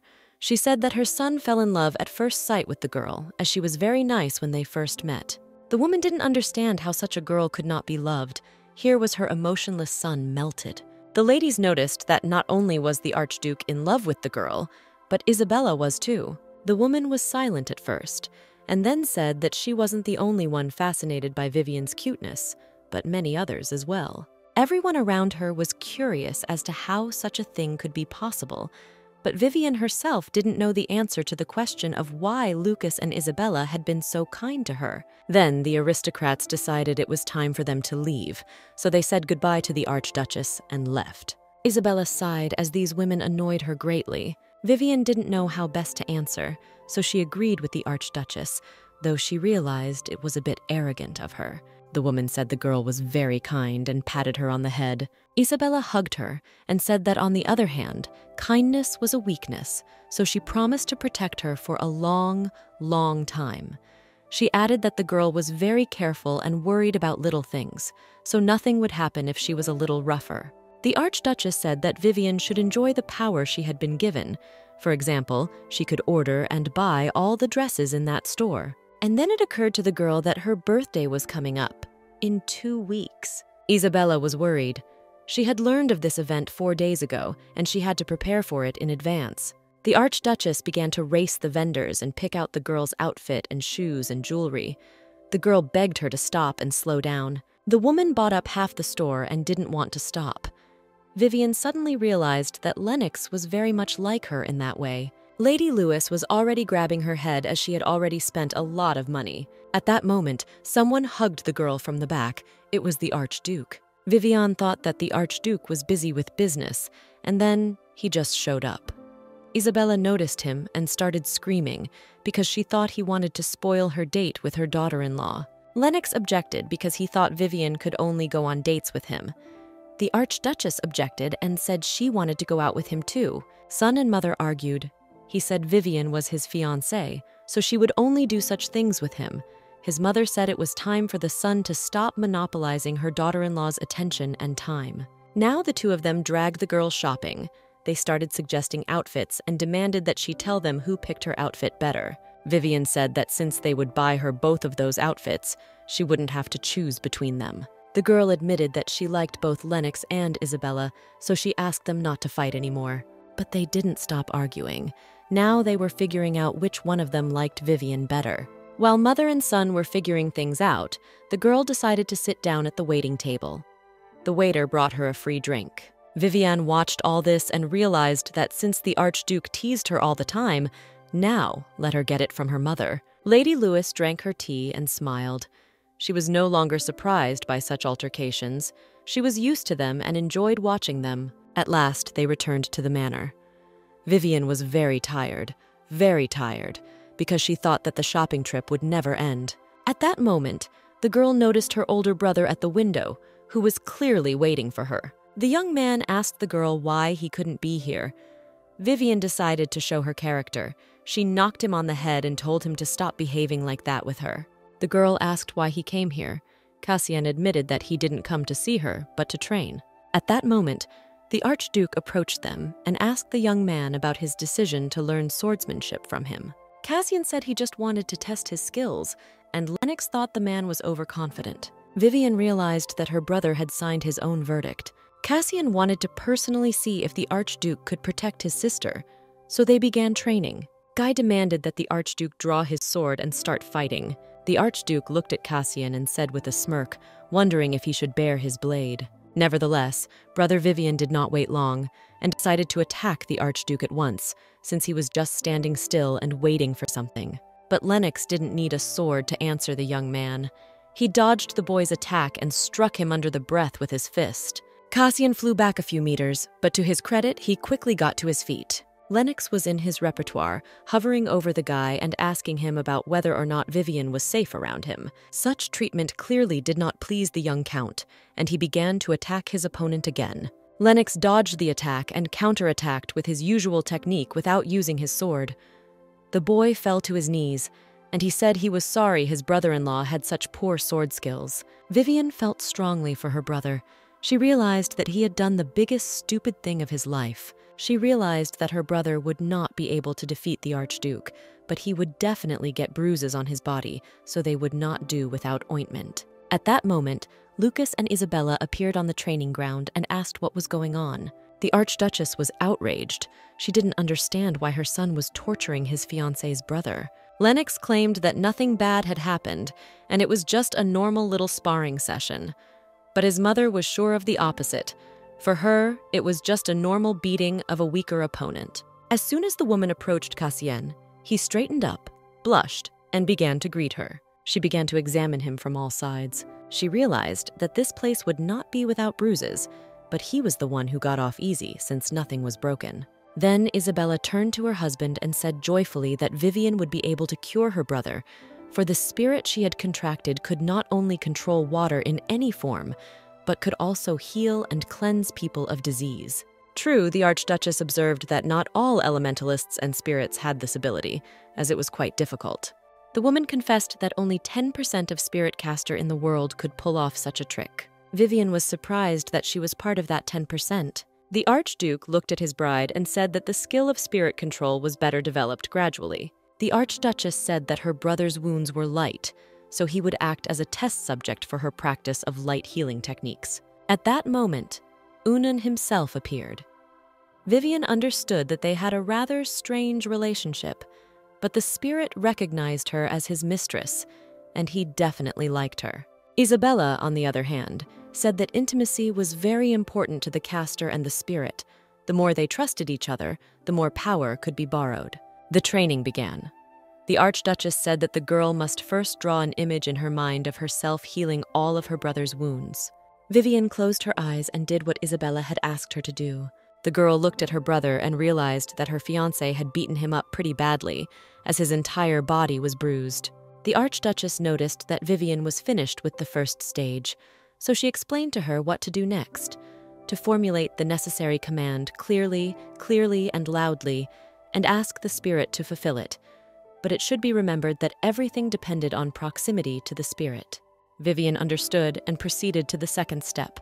And then the magic began to happen, which was directed at Cassian. The spirit appeared in the girl's palms and it was without ears, but then the ears reappeared. The young man was under the impression of healing magic. The Archduchess began to hug her daughter-in-law, as she was happy that she was able to perform such powerful magic on the first try. Cassian looked over his body and couldn't find a single bruise or scratch on it. Lennox clapped his hands and said that he didn't even doubt that she was going to be a success. Lucas praised the girl too, but now there was another important moment. The Archduchess asked Vivian if she had felt something leave her body during the sorcery. The girl nodded her head in agreement. The point was that the caster exchanged her life force for abilities and spirit power, meaning that if the girl wanted it to rain for a month or cause a natural cataclysm, she would die. So Isabella asked her not to abuse her powers. 1293. Vivian suddenly realized that spirit magic was quite dangerous and one had to be careful with it. Then the girl wondered what Undine had been like when she signed the contract with the founder of the Glen family. After a brief pause, Isabella said the spirit took the form of a large and elegant bird. Then she exchanged eloquent glances with her husband and sighed. The best part is that even then, the spirit took the cute shape of a little chicken. But this point was omitted in the historical record so as not to damage the credibility of the Glen family. Vivian only noticed that her brother had gotten into another fight with her fiancé, even though she had healed his wounds a minute ago. The young man again failed to repel the Archduke's attack, so he ended up on the ground. At that moment, his sister approached him. She sat down next to him and said that her brother would never win this fight, as even their age categories are different, not to mention their skills. And then she praised him and didn't expect her brother to turn red and have tears in the corners of his eyes. She didn't understand why Cassian was suddenly crying and didn't know how to calm him down. And then the Glen couple came up to them. Lucas and Isabella laughed at their son as they saw that he was intensely jealous of his fiancé, even of her own brother. Meanwhile, Vivian was coaxing her brother to get up and go with her to the house, and there they could nibble on some delicious desserts. The adventure didn't end there. The guards informed him that the crown prince had arrived at the manor. He'd already shown up uninvited at the training field and said he'd be sorry if he missed something so interesting. He offered Lennox to fight. The condition of the fight would be, the loser fulfills the winner's wish. The Archduke, as always, fell for the prince's words, and now they were preparing for the duel, and the Archduchess asked her daughter-in-law who she thought would win. The girl was sure it would be her fiancé. Lennox didn't understand where Asmodee got so much confidence in victory, but he ignored his cousin and flirted with his soulmate. The prince took off his jacket and said that he considered such speeches to be very rude to his person. Lennox parried that he was not sure that Asmod was worthy to be the heir to the empire. Both opponents took a wait-and-see attitude and did not attack first. But the prince, like Cassian before him, couldn't stand it and rushed to attack first. One must admit that the lunge was a good one, as the Archduke had to make an effort to evade the attack. The knights froze in suspense as they watched the duel. One of them was Lloyd, and as soon as Vivian looked at him, the boy was twisted in half by the memories. The fight was beautiful, but the Archduke managed to counterattack and knocked the sword out of his opponent's hand.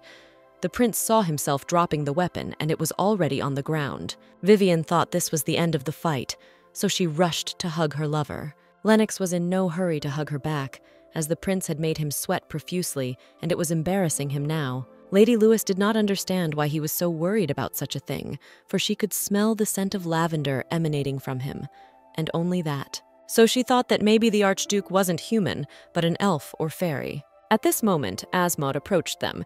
He noticed that not many people in the Empire could be so at ease with his cousin. Meanwhile, Vivian was beginning to pout as she realized that the prince kept calling her fiancé by his first name, while she had never once done so and addressed the one using a title. Asmod also noticed that Lennox was very nice to the bride, so he wondered what made the girl so special. The girl was angry, because if she was not loved by the Archduke, the prince's evil joke could completely destroy her family, and he did not want to admit that the evil magic was his doing, and did not want to ask her to forgive him for his bad deed. His Highness looked at her carefully, and then said she had it written all over her face that she didn't like him. But Asmod asked her if she would accept his invitation when he sent it, as he wanted to get to know her better, and he did it in front of everyone who was on the field, so refusal would mean an extreme degree of disrespect to the heir. The girl did not understand how a decent and fair man like the Emperor had such a harmful and evil son. The Archduke answered for her. He asked his cousin why his bride should accept another man's invitation. The prince decided to play the role of a fool and said that he just wanted to get to know the girl better and get closer to her, as he had an interest in her. The young man continued to insist that he had not lied about his feelings, and then held out his hand to her, saying that although he and the Archduke were engaged, they were not yet married, so he had decided to call her by her first name. At this point, Lennox couldn't stand it. He grabbed the prince by the collar and started threatening violence. Asmod, on the other hand, was smiling. He asked his cousin if he remembered what he had said as soon as he arrived at the manor today. The bet wasn't over yet. He too had feelings for the girl. So he released his hand from the Archduke's grasp and said that he was now doubly curious as to which of them would win the sparring match. That day began the stormy period of Vivian and Lennox's relationship, and Asmodee left for his place with a sense of accomplishment. The mood of the people in the manor changed. Everyone was tense. On one such day, Kazian came to visit his sister, drinking tea and saying that he had never imagined that the prince was so crazy. Isabella was also shocked, though she had envisioned different scenarios, but she had not foreseen this either. Vivian was worried too. She remembered Marina's words that love to the grave was good, but there was something more important for a relationship: trust. Without it, everything would collapse like a house of cards. Suddenly, the thought occurred to Vivian. Did her fiancé think she would leave him and go to the prince? So she stood up abruptly and informed everyone that she was going upstairs to look for her fiancé. Then she asked the Archduchess to make sure that no one bothered her and Lennox for a while. She was exhausted, though she hadn't reached the room yet. She remembered the Archduchess's words that spirit control spells required vitality and stamina, so she decided to exercise. She finally reached his room, knocked, but no one opened her door. Since Lennox wouldn't open the door for her, she decided to go in herself. So when she opened it, she stumbled and fell into her fiancé's arms. He had been taking a bath, so he didn't open it right away. So now he was looking at the girl and asking her how she was feeling. She bounced away from him, grabbed her head, and started telling herself that she should have waited until after the wedding and not done anything like this. Lennox leaned toward her a little, the robe sliding off his shoulder, and then Vivian kissed him first. She jumped right on him in the hallway with kisses, nearly wallowing him on the floor with her advances.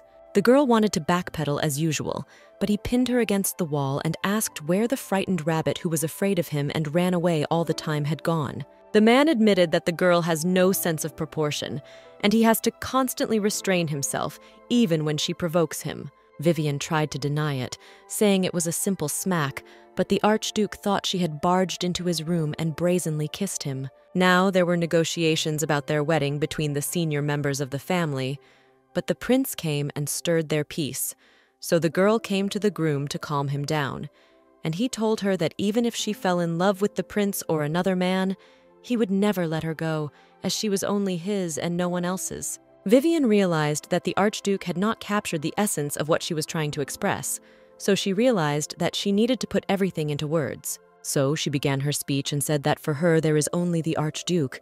Even on pain of death, this will not change. The girl said that this time she gathered all her laughter in her fist to tell him something important and asked him to listen carefully. She warned him that she would only say it once, so he should memorize it well. She looked into his eyes and told him that she loved him.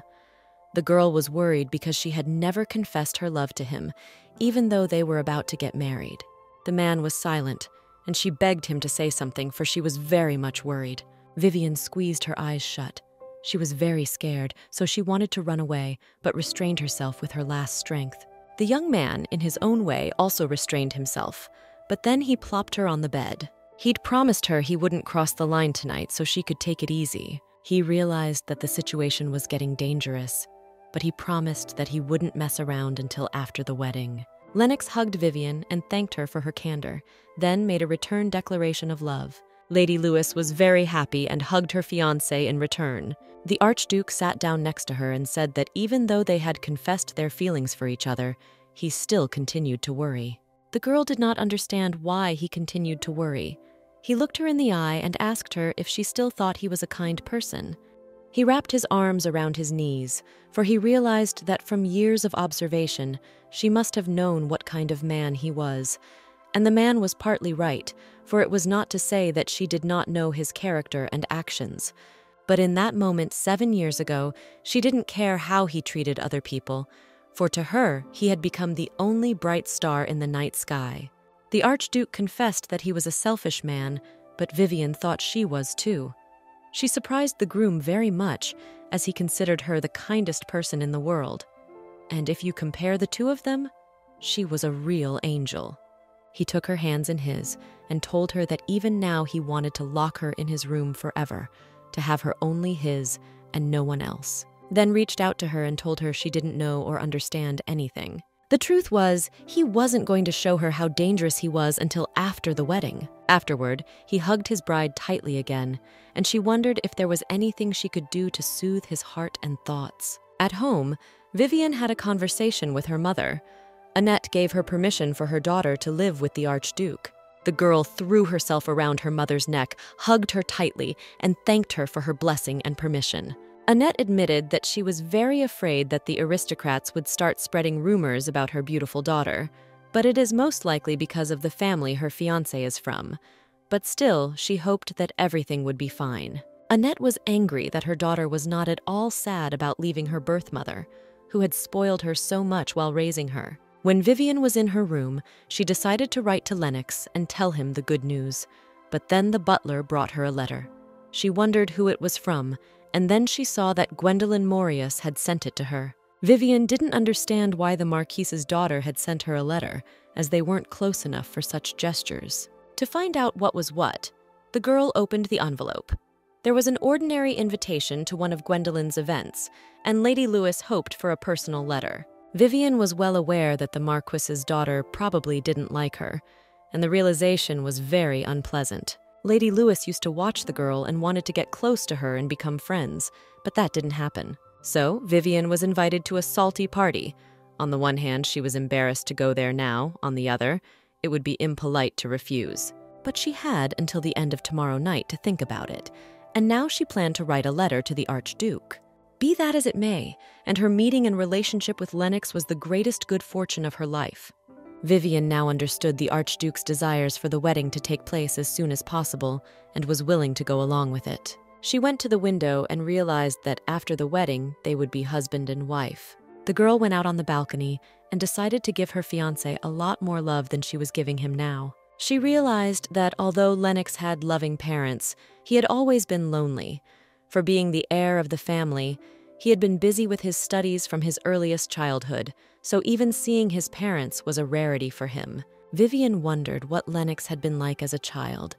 If there was magic that could create such a miracle, she would use it once. So she got dressed and went out to the park. Before doing so, she gave the letter to the Archduke for delivery.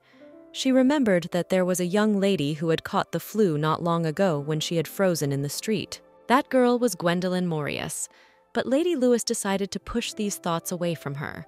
At that moment, she felt someone's gaze on her and started looking around. She thought it might have been either a knight or a servant, but in that case, they wouldn't be hiding and following her. Vivian was frightened and ran. She remembered that it could have been a thief who had gotten into the mansion, even though her father had beefed up security. The girl in a panic called Unan and asked him for help. Then he said that everything was fine, but she didn't believe him. It was Archduke Glenn, who had caught up with her and was already embracing her. Vivian was angry. She didn't understand why he had to follow and then scare her. The young man confusedly said that he missed her and wanted to surprise her. Lennox admitted that he missed it so much that he ran all the way here without stopping. Lady Lewis admitted that she was very frightened, so she asked him to approach her normally next time, not like today. He smiled and called her a rabbit. Vivian also didn't understand why he kept calling her a rabbit. After all, she was a human being, not an animal, even if she looked like one. Lennox, on the other hand, replied that no matter how much he looked at her, she looked like a rabbit. The girl took it as mockery, and the young man was already smiling and saying that he had prepared a present for her, so she had to stop being angry. They went into the house. Lennox built a fire in the fireplace, for he saw that his bride was very cold and asked her to be careful in this weather. Though Vivian sulked, she wondered what kind of gift he had prepared. The gift was that he had something important to tell her. The young man already knew that her mother had given them the go-ahead to live together as spouses. All the gifts the man had given Annette had worked out, right according to Vivian's plan. They started drinking tea, and the girl asked when was the best time for her to move. He said she could do it right now. She couldn't today as she needed to pack, but she asked permission to take Emma with her. The Archduke agreed. The girl pondered what else she should take with her as Lennox asked her if she had a personal knight. He kind of was, but they changed often, as she was good at running away from them, so her father was very worried about it. The Count often changed the knights that guarded her, but it didn't help. But she didn't want to tell her fiancé about it, lest he yell at her. So the girl said that her personal knight was on vacation right now, so no one was guarding her. But Lennox didn't really believe her about it. Vivian assured her future husband that her knight was very handsome. The Archduke looked quite concerned and asked if that knight was more handsome than him. Vivian thought he couldn't be saying something like that and believing it. So she hugged her and told her that Lennox was the most beautiful man in the world to her. The young man hugged her too and said that she was a very sly girl as she wanted to comfort him in this way. Vivian demanded that the Archduke show her the gift already, as she might have gibbered something unnecessary about the beautiful people around her. The young man realized perfectly well that she was changing the subject, so he decided to pretend that he hadn't noticed it, but only this time. And now he held out a beautiful pendant to her. It wasn't just a pendant, it was a locket. The man asked the girl to open it and see what was inside. The Archduke asked the girl why she was looking at him like that. She said he had a very sweet expression on his face. Vivian admitted that the man had an expression between embarrassment and crying, which made her want to hug him. The lady told her fiancé that she thought she was beginning to understand why he bullied her every day. The girl thrust herself at him, and the young man asked her to open the locket first. But Vivian did what she wanted, which was to kiss his neck, continuing to provoke him. She decided to do something like this more often, as she liked the Archduke's reaction very much, since he had also done the same thing to her before. But the girl miscalculated, and the young man fell on her back and kissed her. Vivian looked indignantly at her fiancé as he was too good at kissing. Lennox wouldn't let her go and said he was good at other interesting things, so she realized he was a trickster. The Archduke had asked her to open the locket already. In addition, he hinted to the girl that if she had not kissed him first, he would have kept his hands to himself as well. And inside was a portrait of the little Archduke. She clutched the gift to her chest, for it was what she wanted so badly.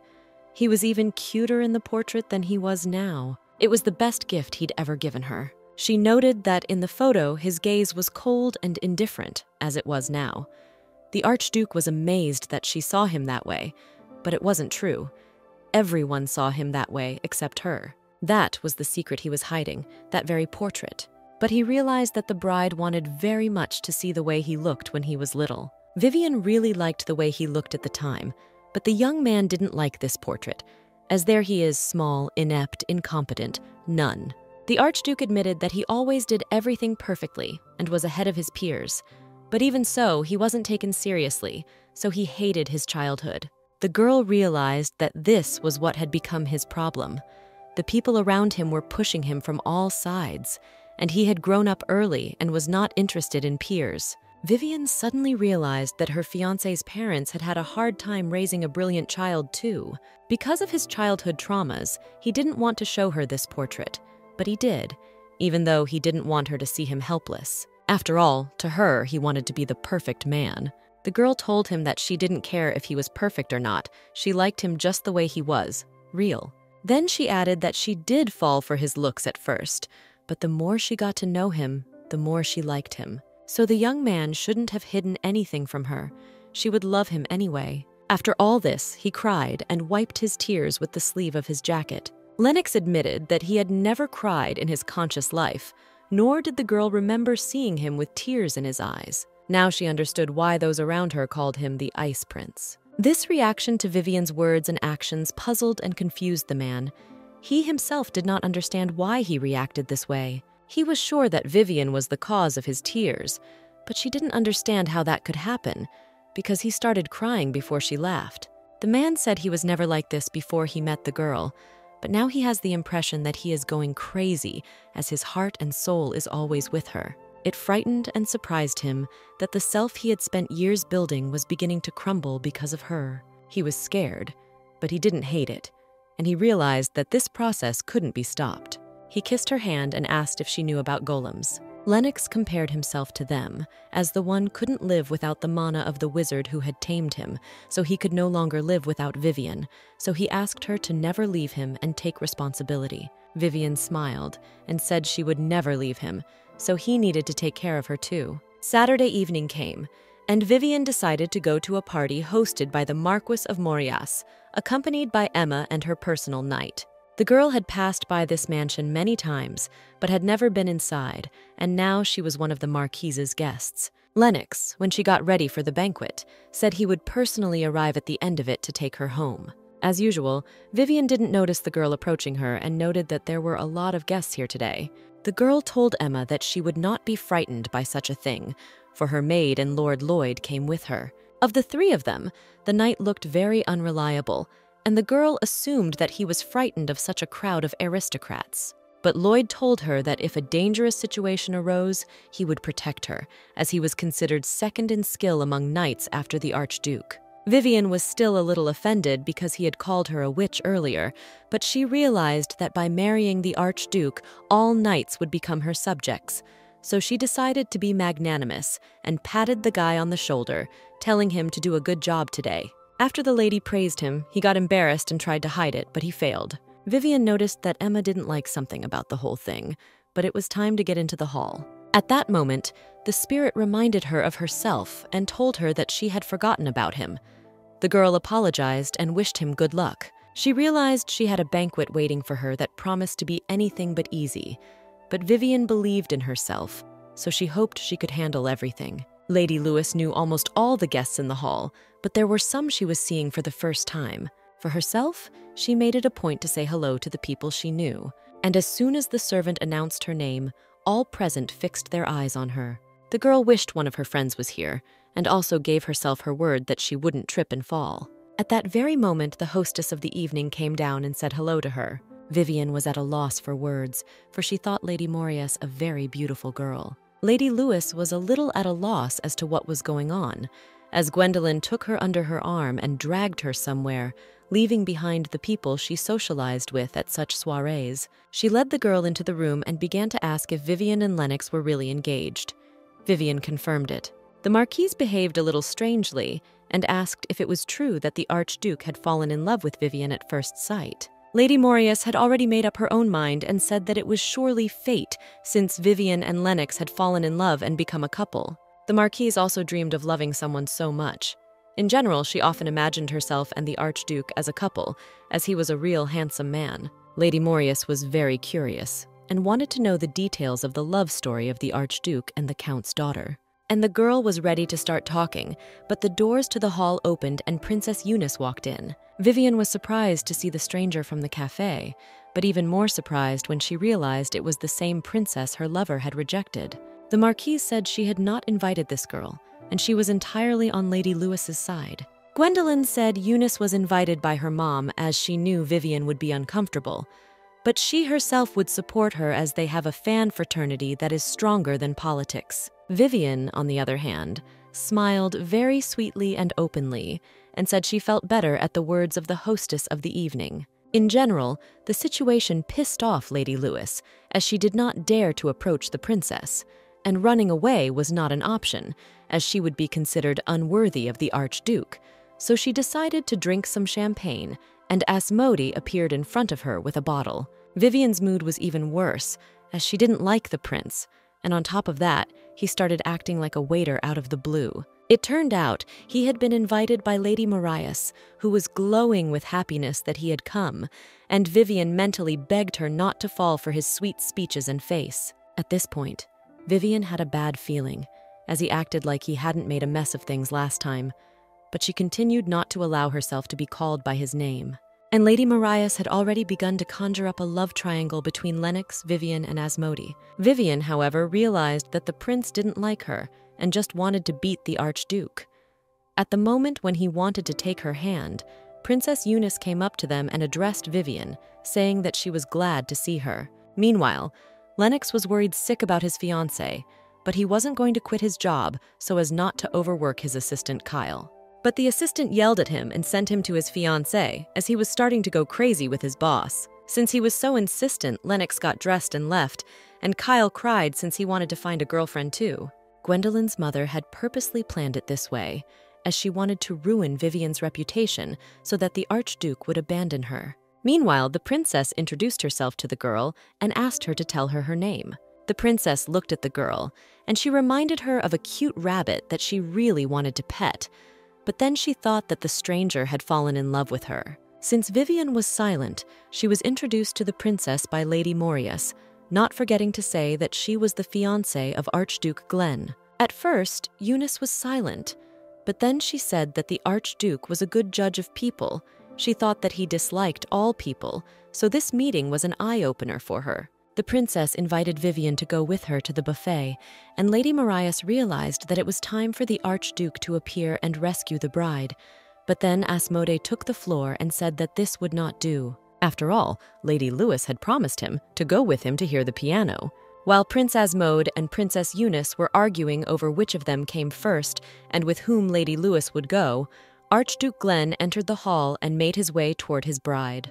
He caught a very interesting picture as his bride was surrounded by a cousin, a groupie, and a girl who insisted on marrying him. Vivian immediately ran up to him and he said he came early as he missed her a lot. The girl invited the groom to listen to the piano playing, and Asmodee realized that they were trying to blow him off by any means, so he told his cousin that since he had an unrequited love, at least he could watch it. This remark of the young man added fuel to the fire of Lady Marias's imagination, who had already imagined something of the kind. But not only did Asmode claim the attention of his cousin's fiancée, Eunice was also interested in the girl. Sensing the girl's mood and condition, Lennox led her into the room with the piano and then asked her a little afterward whether she had come to her senses or not. The girl admitted that she wanted to be one-on-one with her fiancé, and then she asked if he wanted to hear her play. She began to play. The girl felt the stares of others on her all the time, but next to him she would not be able to make a single mistake. It was the second favorite song that Lennox was the first to hear. All the other aristocrats were enchanted by her playing, and Gwendolyn's mother was angry. The Archduke liked the tune and promised that he would play it to her too when they were alone. The prince applauded her and asked if she disliked him that much. The guy was very sad, but here was no one who existed for her but the Archduke. Lennox and Asmodee started to argue again, but Vivian intervened and said she wanted to clear the air once more. The girl said that her feelings for Lennox will not change, even on pain of death, so she asks him very much to remember him. And then she grabbed the Archduke by the arm and led him away from the banquet hall. They went out, and in the hallway they saw Princess Eunice being told off by some girl. Lennox hugged his bride tightly and said he didn't understand why she would want to talk to Princess Eunice Ebrin. The princess already knew that she had nothing to gain with the Archduke, but though their marriage would be beneficial to the country, there was another, more difficult way of doing it. The Archduke asked the princess how she would make arrangements with the emperor. But the girl smiled and said the man needed to pay attention to something else, but what she wouldn't tell him out of spite. The banquet ended, and Vivian and the Archduke packed for home, being met outside by Emma and Lord Lloyd. The maid noticed that the man looked different after the banquet, which worried the hostess. The girl realized that after meeting Princess Eunice, something had changed in her fiancé. Everyone around him noticed it. She regarded him, and it did not escape the Archduke's gaze. He asked her why she was looking at him like that. To distract her fiancé from his thoughts, Vivian kissed him. That impressed him, so afterward he hugged her and told her he wanted only him to know how sweet she was. The man was glad that his beloved was able to fight back against the crown prince, but he wasn't about to let his guard down. They arrived at the estate, and the Archduke said that tomorrow he would be living with her under the same roof. Vivian realized that her fiancé was having a hard time today, so she offered to fulfill one request of his. The next day, the girl waited for the carriage at the gate of the house, for she had already had time to say goodbye to her relatives before. At that moment, she felt a little sadness at leaving her home, though she realized she could come here when she missed it. The Archduchess was waiting at the entrance for her daughter-in-law and was delighted to see her. The woman confessed that she and her husband had prepared a gift for her and offered to see it quickly. In the window of the workroom, Vivian saw her lover, who had leaped over the railing down toward her. Vivian started scolding him as she was very scared for his health. The Archduchess was, however, calm, for she knew very well that her son had excellent physical attributes. The Archduke then wanted to personally escort the bride to her room, but his mother stopped him and said that the girl should first appreciate her gift. Since both insisted on a gift first, Lennox decided to give in. They took Vivian to the door of one of the rooms and told her that everything there was now hers. It was full of beautiful but expensive and heirloom items. Vivian didn't realize what she should do with all those things. Isabella said the girl could do whatever she wanted with those things, even sell them. Lennox then showed her to her room, and the girl was getting ready for bed when he asked her to come up to him. Talking them over went as usual to the point where he had her up against the wall, but promised that they wouldn't get to the most interesting part until the wedding. Then he pulled out his bunny-style pajamas and asked the girl to put them on. The girl refused, as she did not like the eternal comparisons of her to a rabbit or a bunny. But then I gave in and wore this cute outfit. The Archduke, however, kept teasing her, so she tried hitting him. Vivienne realized that she had been foolish to make such a promise to the Archduke, for she should have foreseen something like this. Afterward, he lifted the girl in his arms and carried her to bed. She didn't like the fact that the young man was overly pleased with his act, but still remained very sweet. Vivienne started kicking and demanding that the young man give her back her clothes, as it was very uncomfortable to sleep in that. He decided to tell her he burned it all in the fireplace, and she seemed to believe it. Lennox put her in bed and told her it was time for bed. Since the man wouldn't give her normal clothes, she decided to take off those pajamas and sleep without them. She was left unclothed, and Lennox fell to the floor in surprise. Vivienne, on the other hand, was sitting on the bed, covered by a sheet. Since there was nothing left for him to do but lie in bed too and turn his back on Vivienne, he thought it was a new kind of torture. But he didn't last long like that, and tried again to get her to put on her pajamas. The girl resisted, as she didn't want to put that thing on herself. Eventually, he managed to wrap her in something. Lennox demanded that the girl cover up and go to bed in peace, but she didn't understand why he was setting this up and promised to buy wolf pajamas and make him wear them. Afterward, he kissed her passionately. And then she accidentally touched his bare chest, and the man was electrocuted. This moment contributed to the girl putting on her pajamas. They were already in bed. Vivienne was looking at him so hard he told her that if she continued, he would lose control. He ended up staying up all night staring at the ceiling. Morning came, but Lennox did not show up for breakfast. Vivienne asked Emma where the Archduke was and if he had eaten. The maid replied that the man was working in his study and said he would not have breakfast. This news made Vivienne feel hungry too. At that moment, the girl realized that her Geminis couldn't get a proper sleep tonight because of her. So after a while, she came running into the kitchen and asked Emma to teach her how to make a simple dessert. All the servants were surprised. The chef got nervous too, so he asked what had brought the girl into the kitchen if something was wrong. She confessed that she wanted to borrow the kitchen from him for a while. With the help of Emma and the chef, she made an egg tart. The girl stood under the door of the study and hesitated to enter, for she did not know whether her lover would like the treat. But then she noticed the Archduke lying on the sofa, so she went into the study to check on him. And then he smiled and said that because she had hesitated for so long, he had decided to go for a ruse. The girl didn't understand how he figured it out. The man said she was like an open book to him. The Archduke apologized to his bride for leaving her alone at breakfast today. Now he wanted to take her and run away to the ends of the earth. But Vivienne said they can't do that, as his aide will suffer from it. The girl realized that she needed to calm the Archduke down quickly so he could get back to work. She asked the groom why he skipped breakfast. The man admitted that he was very busy in the morning. So now the girl admitted that she had made dessert for him. His mood crept upward. The Archduke looked closely at his bride and smiled happily, realizing that she had done this for him. Emma brought an egg tart into her host's office, and the host praised Vivienne for learning to cook a little. The girl admitted that before she hadn't cooked anything, so this time she had a chef helping her. Lennox tasted it and said it was delicious since Vivienne had made it for him. After tasting it, the young man said the dessert tasted like the taste of love, so he would love for her to make him something else. Afterward, they started talking about the wedding.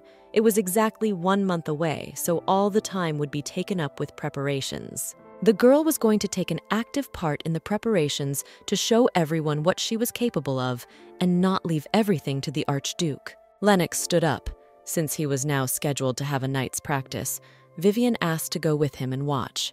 But he wouldn't let her, for he didn't want his knights ogling her. Vivienne still insisted on doing her own thing, since after their wedding they would become her subordinates as well. He agreed, but on the condition that she do something for him, and carried her onto the practice field in his arms. The knights noticed that their lord was smiling and had a very warm look in his eyes. When Lennox set her on the ground, she formally introduced herself. The knights came up one by one, bowed to her, introduced themselves, and swore their allegiance. Each of them could feel the Archduke's gaze on them as he stood behind his bride's back, and he promised them death if anything happened. But as soon as Vivian approached him, he became adequate again. She asked permission to speak to all the knights to memorize their names. Lennox asked the bride if she was going to smile sweetly at everyone. The knights mentally began to ask the girl to spare them. She made a pretty face, and the Archduke gave her permission. The acquaintance ended, and the girl went up to her room. She began to compile the guest list for the wedding, and there turned out to be a great many of them, as this celebration was so honorable a person. The girl realized that she had made only a quarter of the necessary preparations, but as soon as Lennox came into the room, she ran to hug him and asked if his parents were back. He answered uncertainly. The Archduke informed her that he had received an invitation to a banquet at the Imperial Palace, where the Emperor himself would be present. Vivian knew he didn't like such events, but this time he'd decided to attend, and that was saying something. Vivian didn't want to go there, but now she had no choice. The girl was very worried this time, though she realized that her parents, Marina, and Lennox's parents would be there as well. It was time for dinner, but neither she nor he had any appetite, for they were worried. The girl suddenly asked about the relationship between the prince and the Archduke. Lennox admitted that he hates his cousin, and Asmod has an inferiority complex. He wanted to defeat the Archduke all the time, and thus get rid of his complexes. Lennox feared that this time the prince planned to take his beloved away from him, so it was time for the banquet. Duke liked the venue very much. In the garden, she saw Marina and Cassian arguing, as the young man did not like the future husband of the girl, whom her parents had chosen for her. Lennox came up to them and said that, in his opinion, Cassian and Marina were a very good couple. And so the Emperor and Asmodi walked into the garden, causing a wave of admiration. A shiver ran through Vivian as the prince smiled at her. The girl was absorbed in herself and did not notice that it was her turn to go to the Emperor to greet him. Lennox escorted her to the place where the Emperor sat on the throne. When they entered, the Archduke bowed low and said that he hoped that Aster Robertian Elpidian was in good health. After him, Vivian bowed, introduced herself, and said she was honored to be here. His Majesty asked the girl to relax, as they would soon become one family. But Vivian was still tense, which the Emperor told her, at which the Archduke asked him why he was tormenting his bride. Lennox was about to take his bride and leave, but his uncle asked if he didn't want to say hello to his cousins who would be there soon. The young man admitted that he wanted to do just that. The first to appear was Diane, who immediately approached Vivian and told her that she looked great. Israfel appeared after her and remarked that his sister liked to be the center of attention, and then he greeted Lennox and asked how he was doing. The Archduke replied coldly that he was fine, and his cousin remarked that he had not expected any other answer. The Emperor noted that not only had the tribesman not changed, but his son hadn't changed either, and asked Eliza for confirmation of his words. Eliza smiled and agreed with the Emperor. She said that her favorite person was like an evergreen tree. After these words, the Emperor's second son fled from the hall. Vivian watched the scene in bewilderment, and Aster apologized for his son to Eliza, hoping he would grow up soon. Everyone returned to the hall. Asmodi came up to Vivian and asked her to dance. The girl refused him, citing that her legs hurt, but then he asked her to at least talk to him. The man asked the girl about whether she thought he was only interested in her because of the Archduke. Vivian thought so, for she knew of his irresistible desire to defeat Lennox at any cost. The prince didn't hide the fact that initially it was like that, but then there was another reason, so he asked the girl to think of him in a positive way, because maybe he had feelings for her too. The situation was getting out of hand, so Eliza intervened and asked the prince to move away from Lady Lewis, since they had arranged to meet much earlier, so he was in their way a bit. The girl asked if Vivian was all right, and Vivian said she could breathe out now. Elise, on the other hand, invited the Archduke's bride to visit the conservatory. Vivian was surprised, as there were even herbs there this time. Eliza said that they had planted them recently, as the Emperor had started to like herbal tea. They were having a good conversation, exactly until they heard the sound of the door locking. Vivian was the first to realize that the door had been closed from the outside. Eliza didn't understand who needed it. They jerked the handle and realized that the door could only be opened from the other side. But then Unan called out, and Vivian realized she could ask him for help and told her new acquaintance. Lady Lewis said she would ask the spirit to resemble people about their situation, and since they are near the banquet hall, it wouldn't take long. Eliza said it was better to tell those who could really help them, not everyone. It was a great idea, so Vivian asked Unan to find the Archduke and tell him that she and Lady Eliza were locked in the conservatory. Lady Lewis asked Lady Eliza not to worry, for her spirit was very clever and would quickly find Lennox and he would come running here. And everything would have been fine, but a fire started. Meanwhile, Lennox was walking around the hall trying to find his fiancée, who not long ago was still in his sights. And then he caught her spirit and asked him at once where his mistress was. The girls went to the door, as the fire was spreading very quickly and it was very unsafe elsewhere. And then Unan appeared and Vivian asked him to put out the fire, which he did, and then Lennox came running in and kicked the dower into the conservatory. As soon as he was in the wake, he immediately embraced the bride. The Count and Countess ran in after him, and the Archduke said that it was necessary to catch the culprit of the accident on the hot trail. Isabella was also determined and said that this man would pay for what he had done. To do so, she summoned her spirit, Seraphim, and ordered him to search the mansion. Vivian also wanted to help with Unan's help. At first, the spirits started to figure things out amongst themselves. Since that was the case, the Archduchess asked Vivian to show herself in all her glory. And the spirits flew to do their master's bidding. Vivian's spirit was the first to find something. Everyone ran to where Unan called, and there Lady Lewis saw a man. That man was Baron Rugg, who was beating himself up in hysterics. A few minutes earlier, the Baron had been watching the aristocrats at the reception. He had had enough to drink, but he still went on and considered everyone to be Sisheimers and pretenders. So he saw Princess Eunice in the crowd talking to her assistant.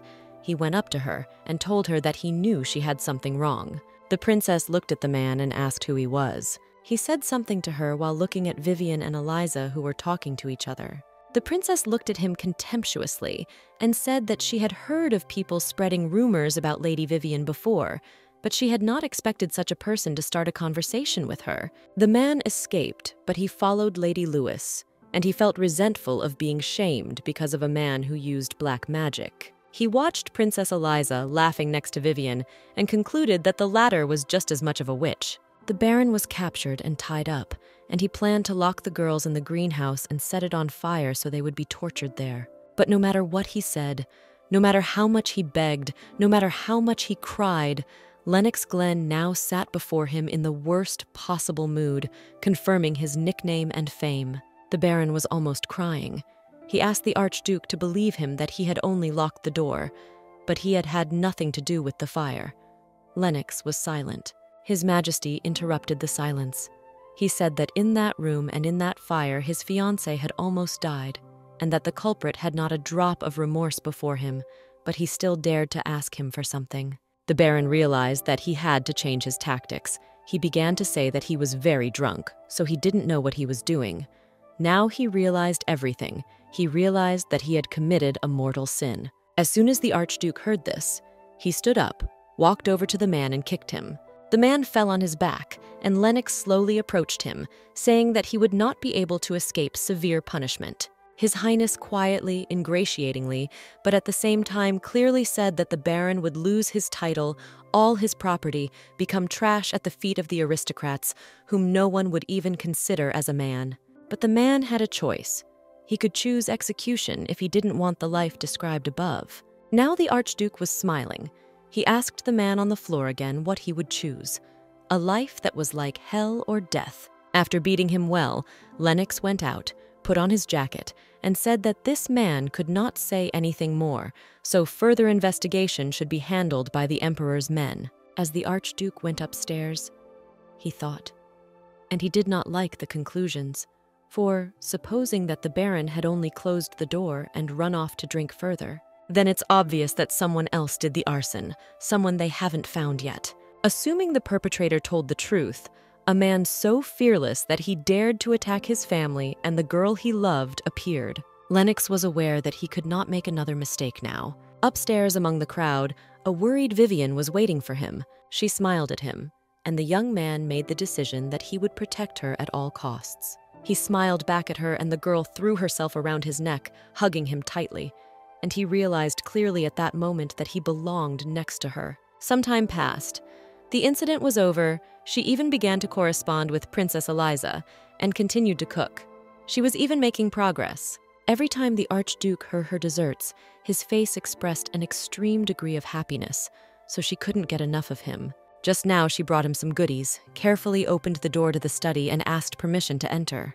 The girl had not expected to see before her so doomed and gloomy a picture, for both the Archduke and his assistants were tired and in a complete state of decay. But as soon as Lennox heard his lover's voice, he immediately began to smile, inviting her in. This time baked a big pie for Lennox to share with the helpers.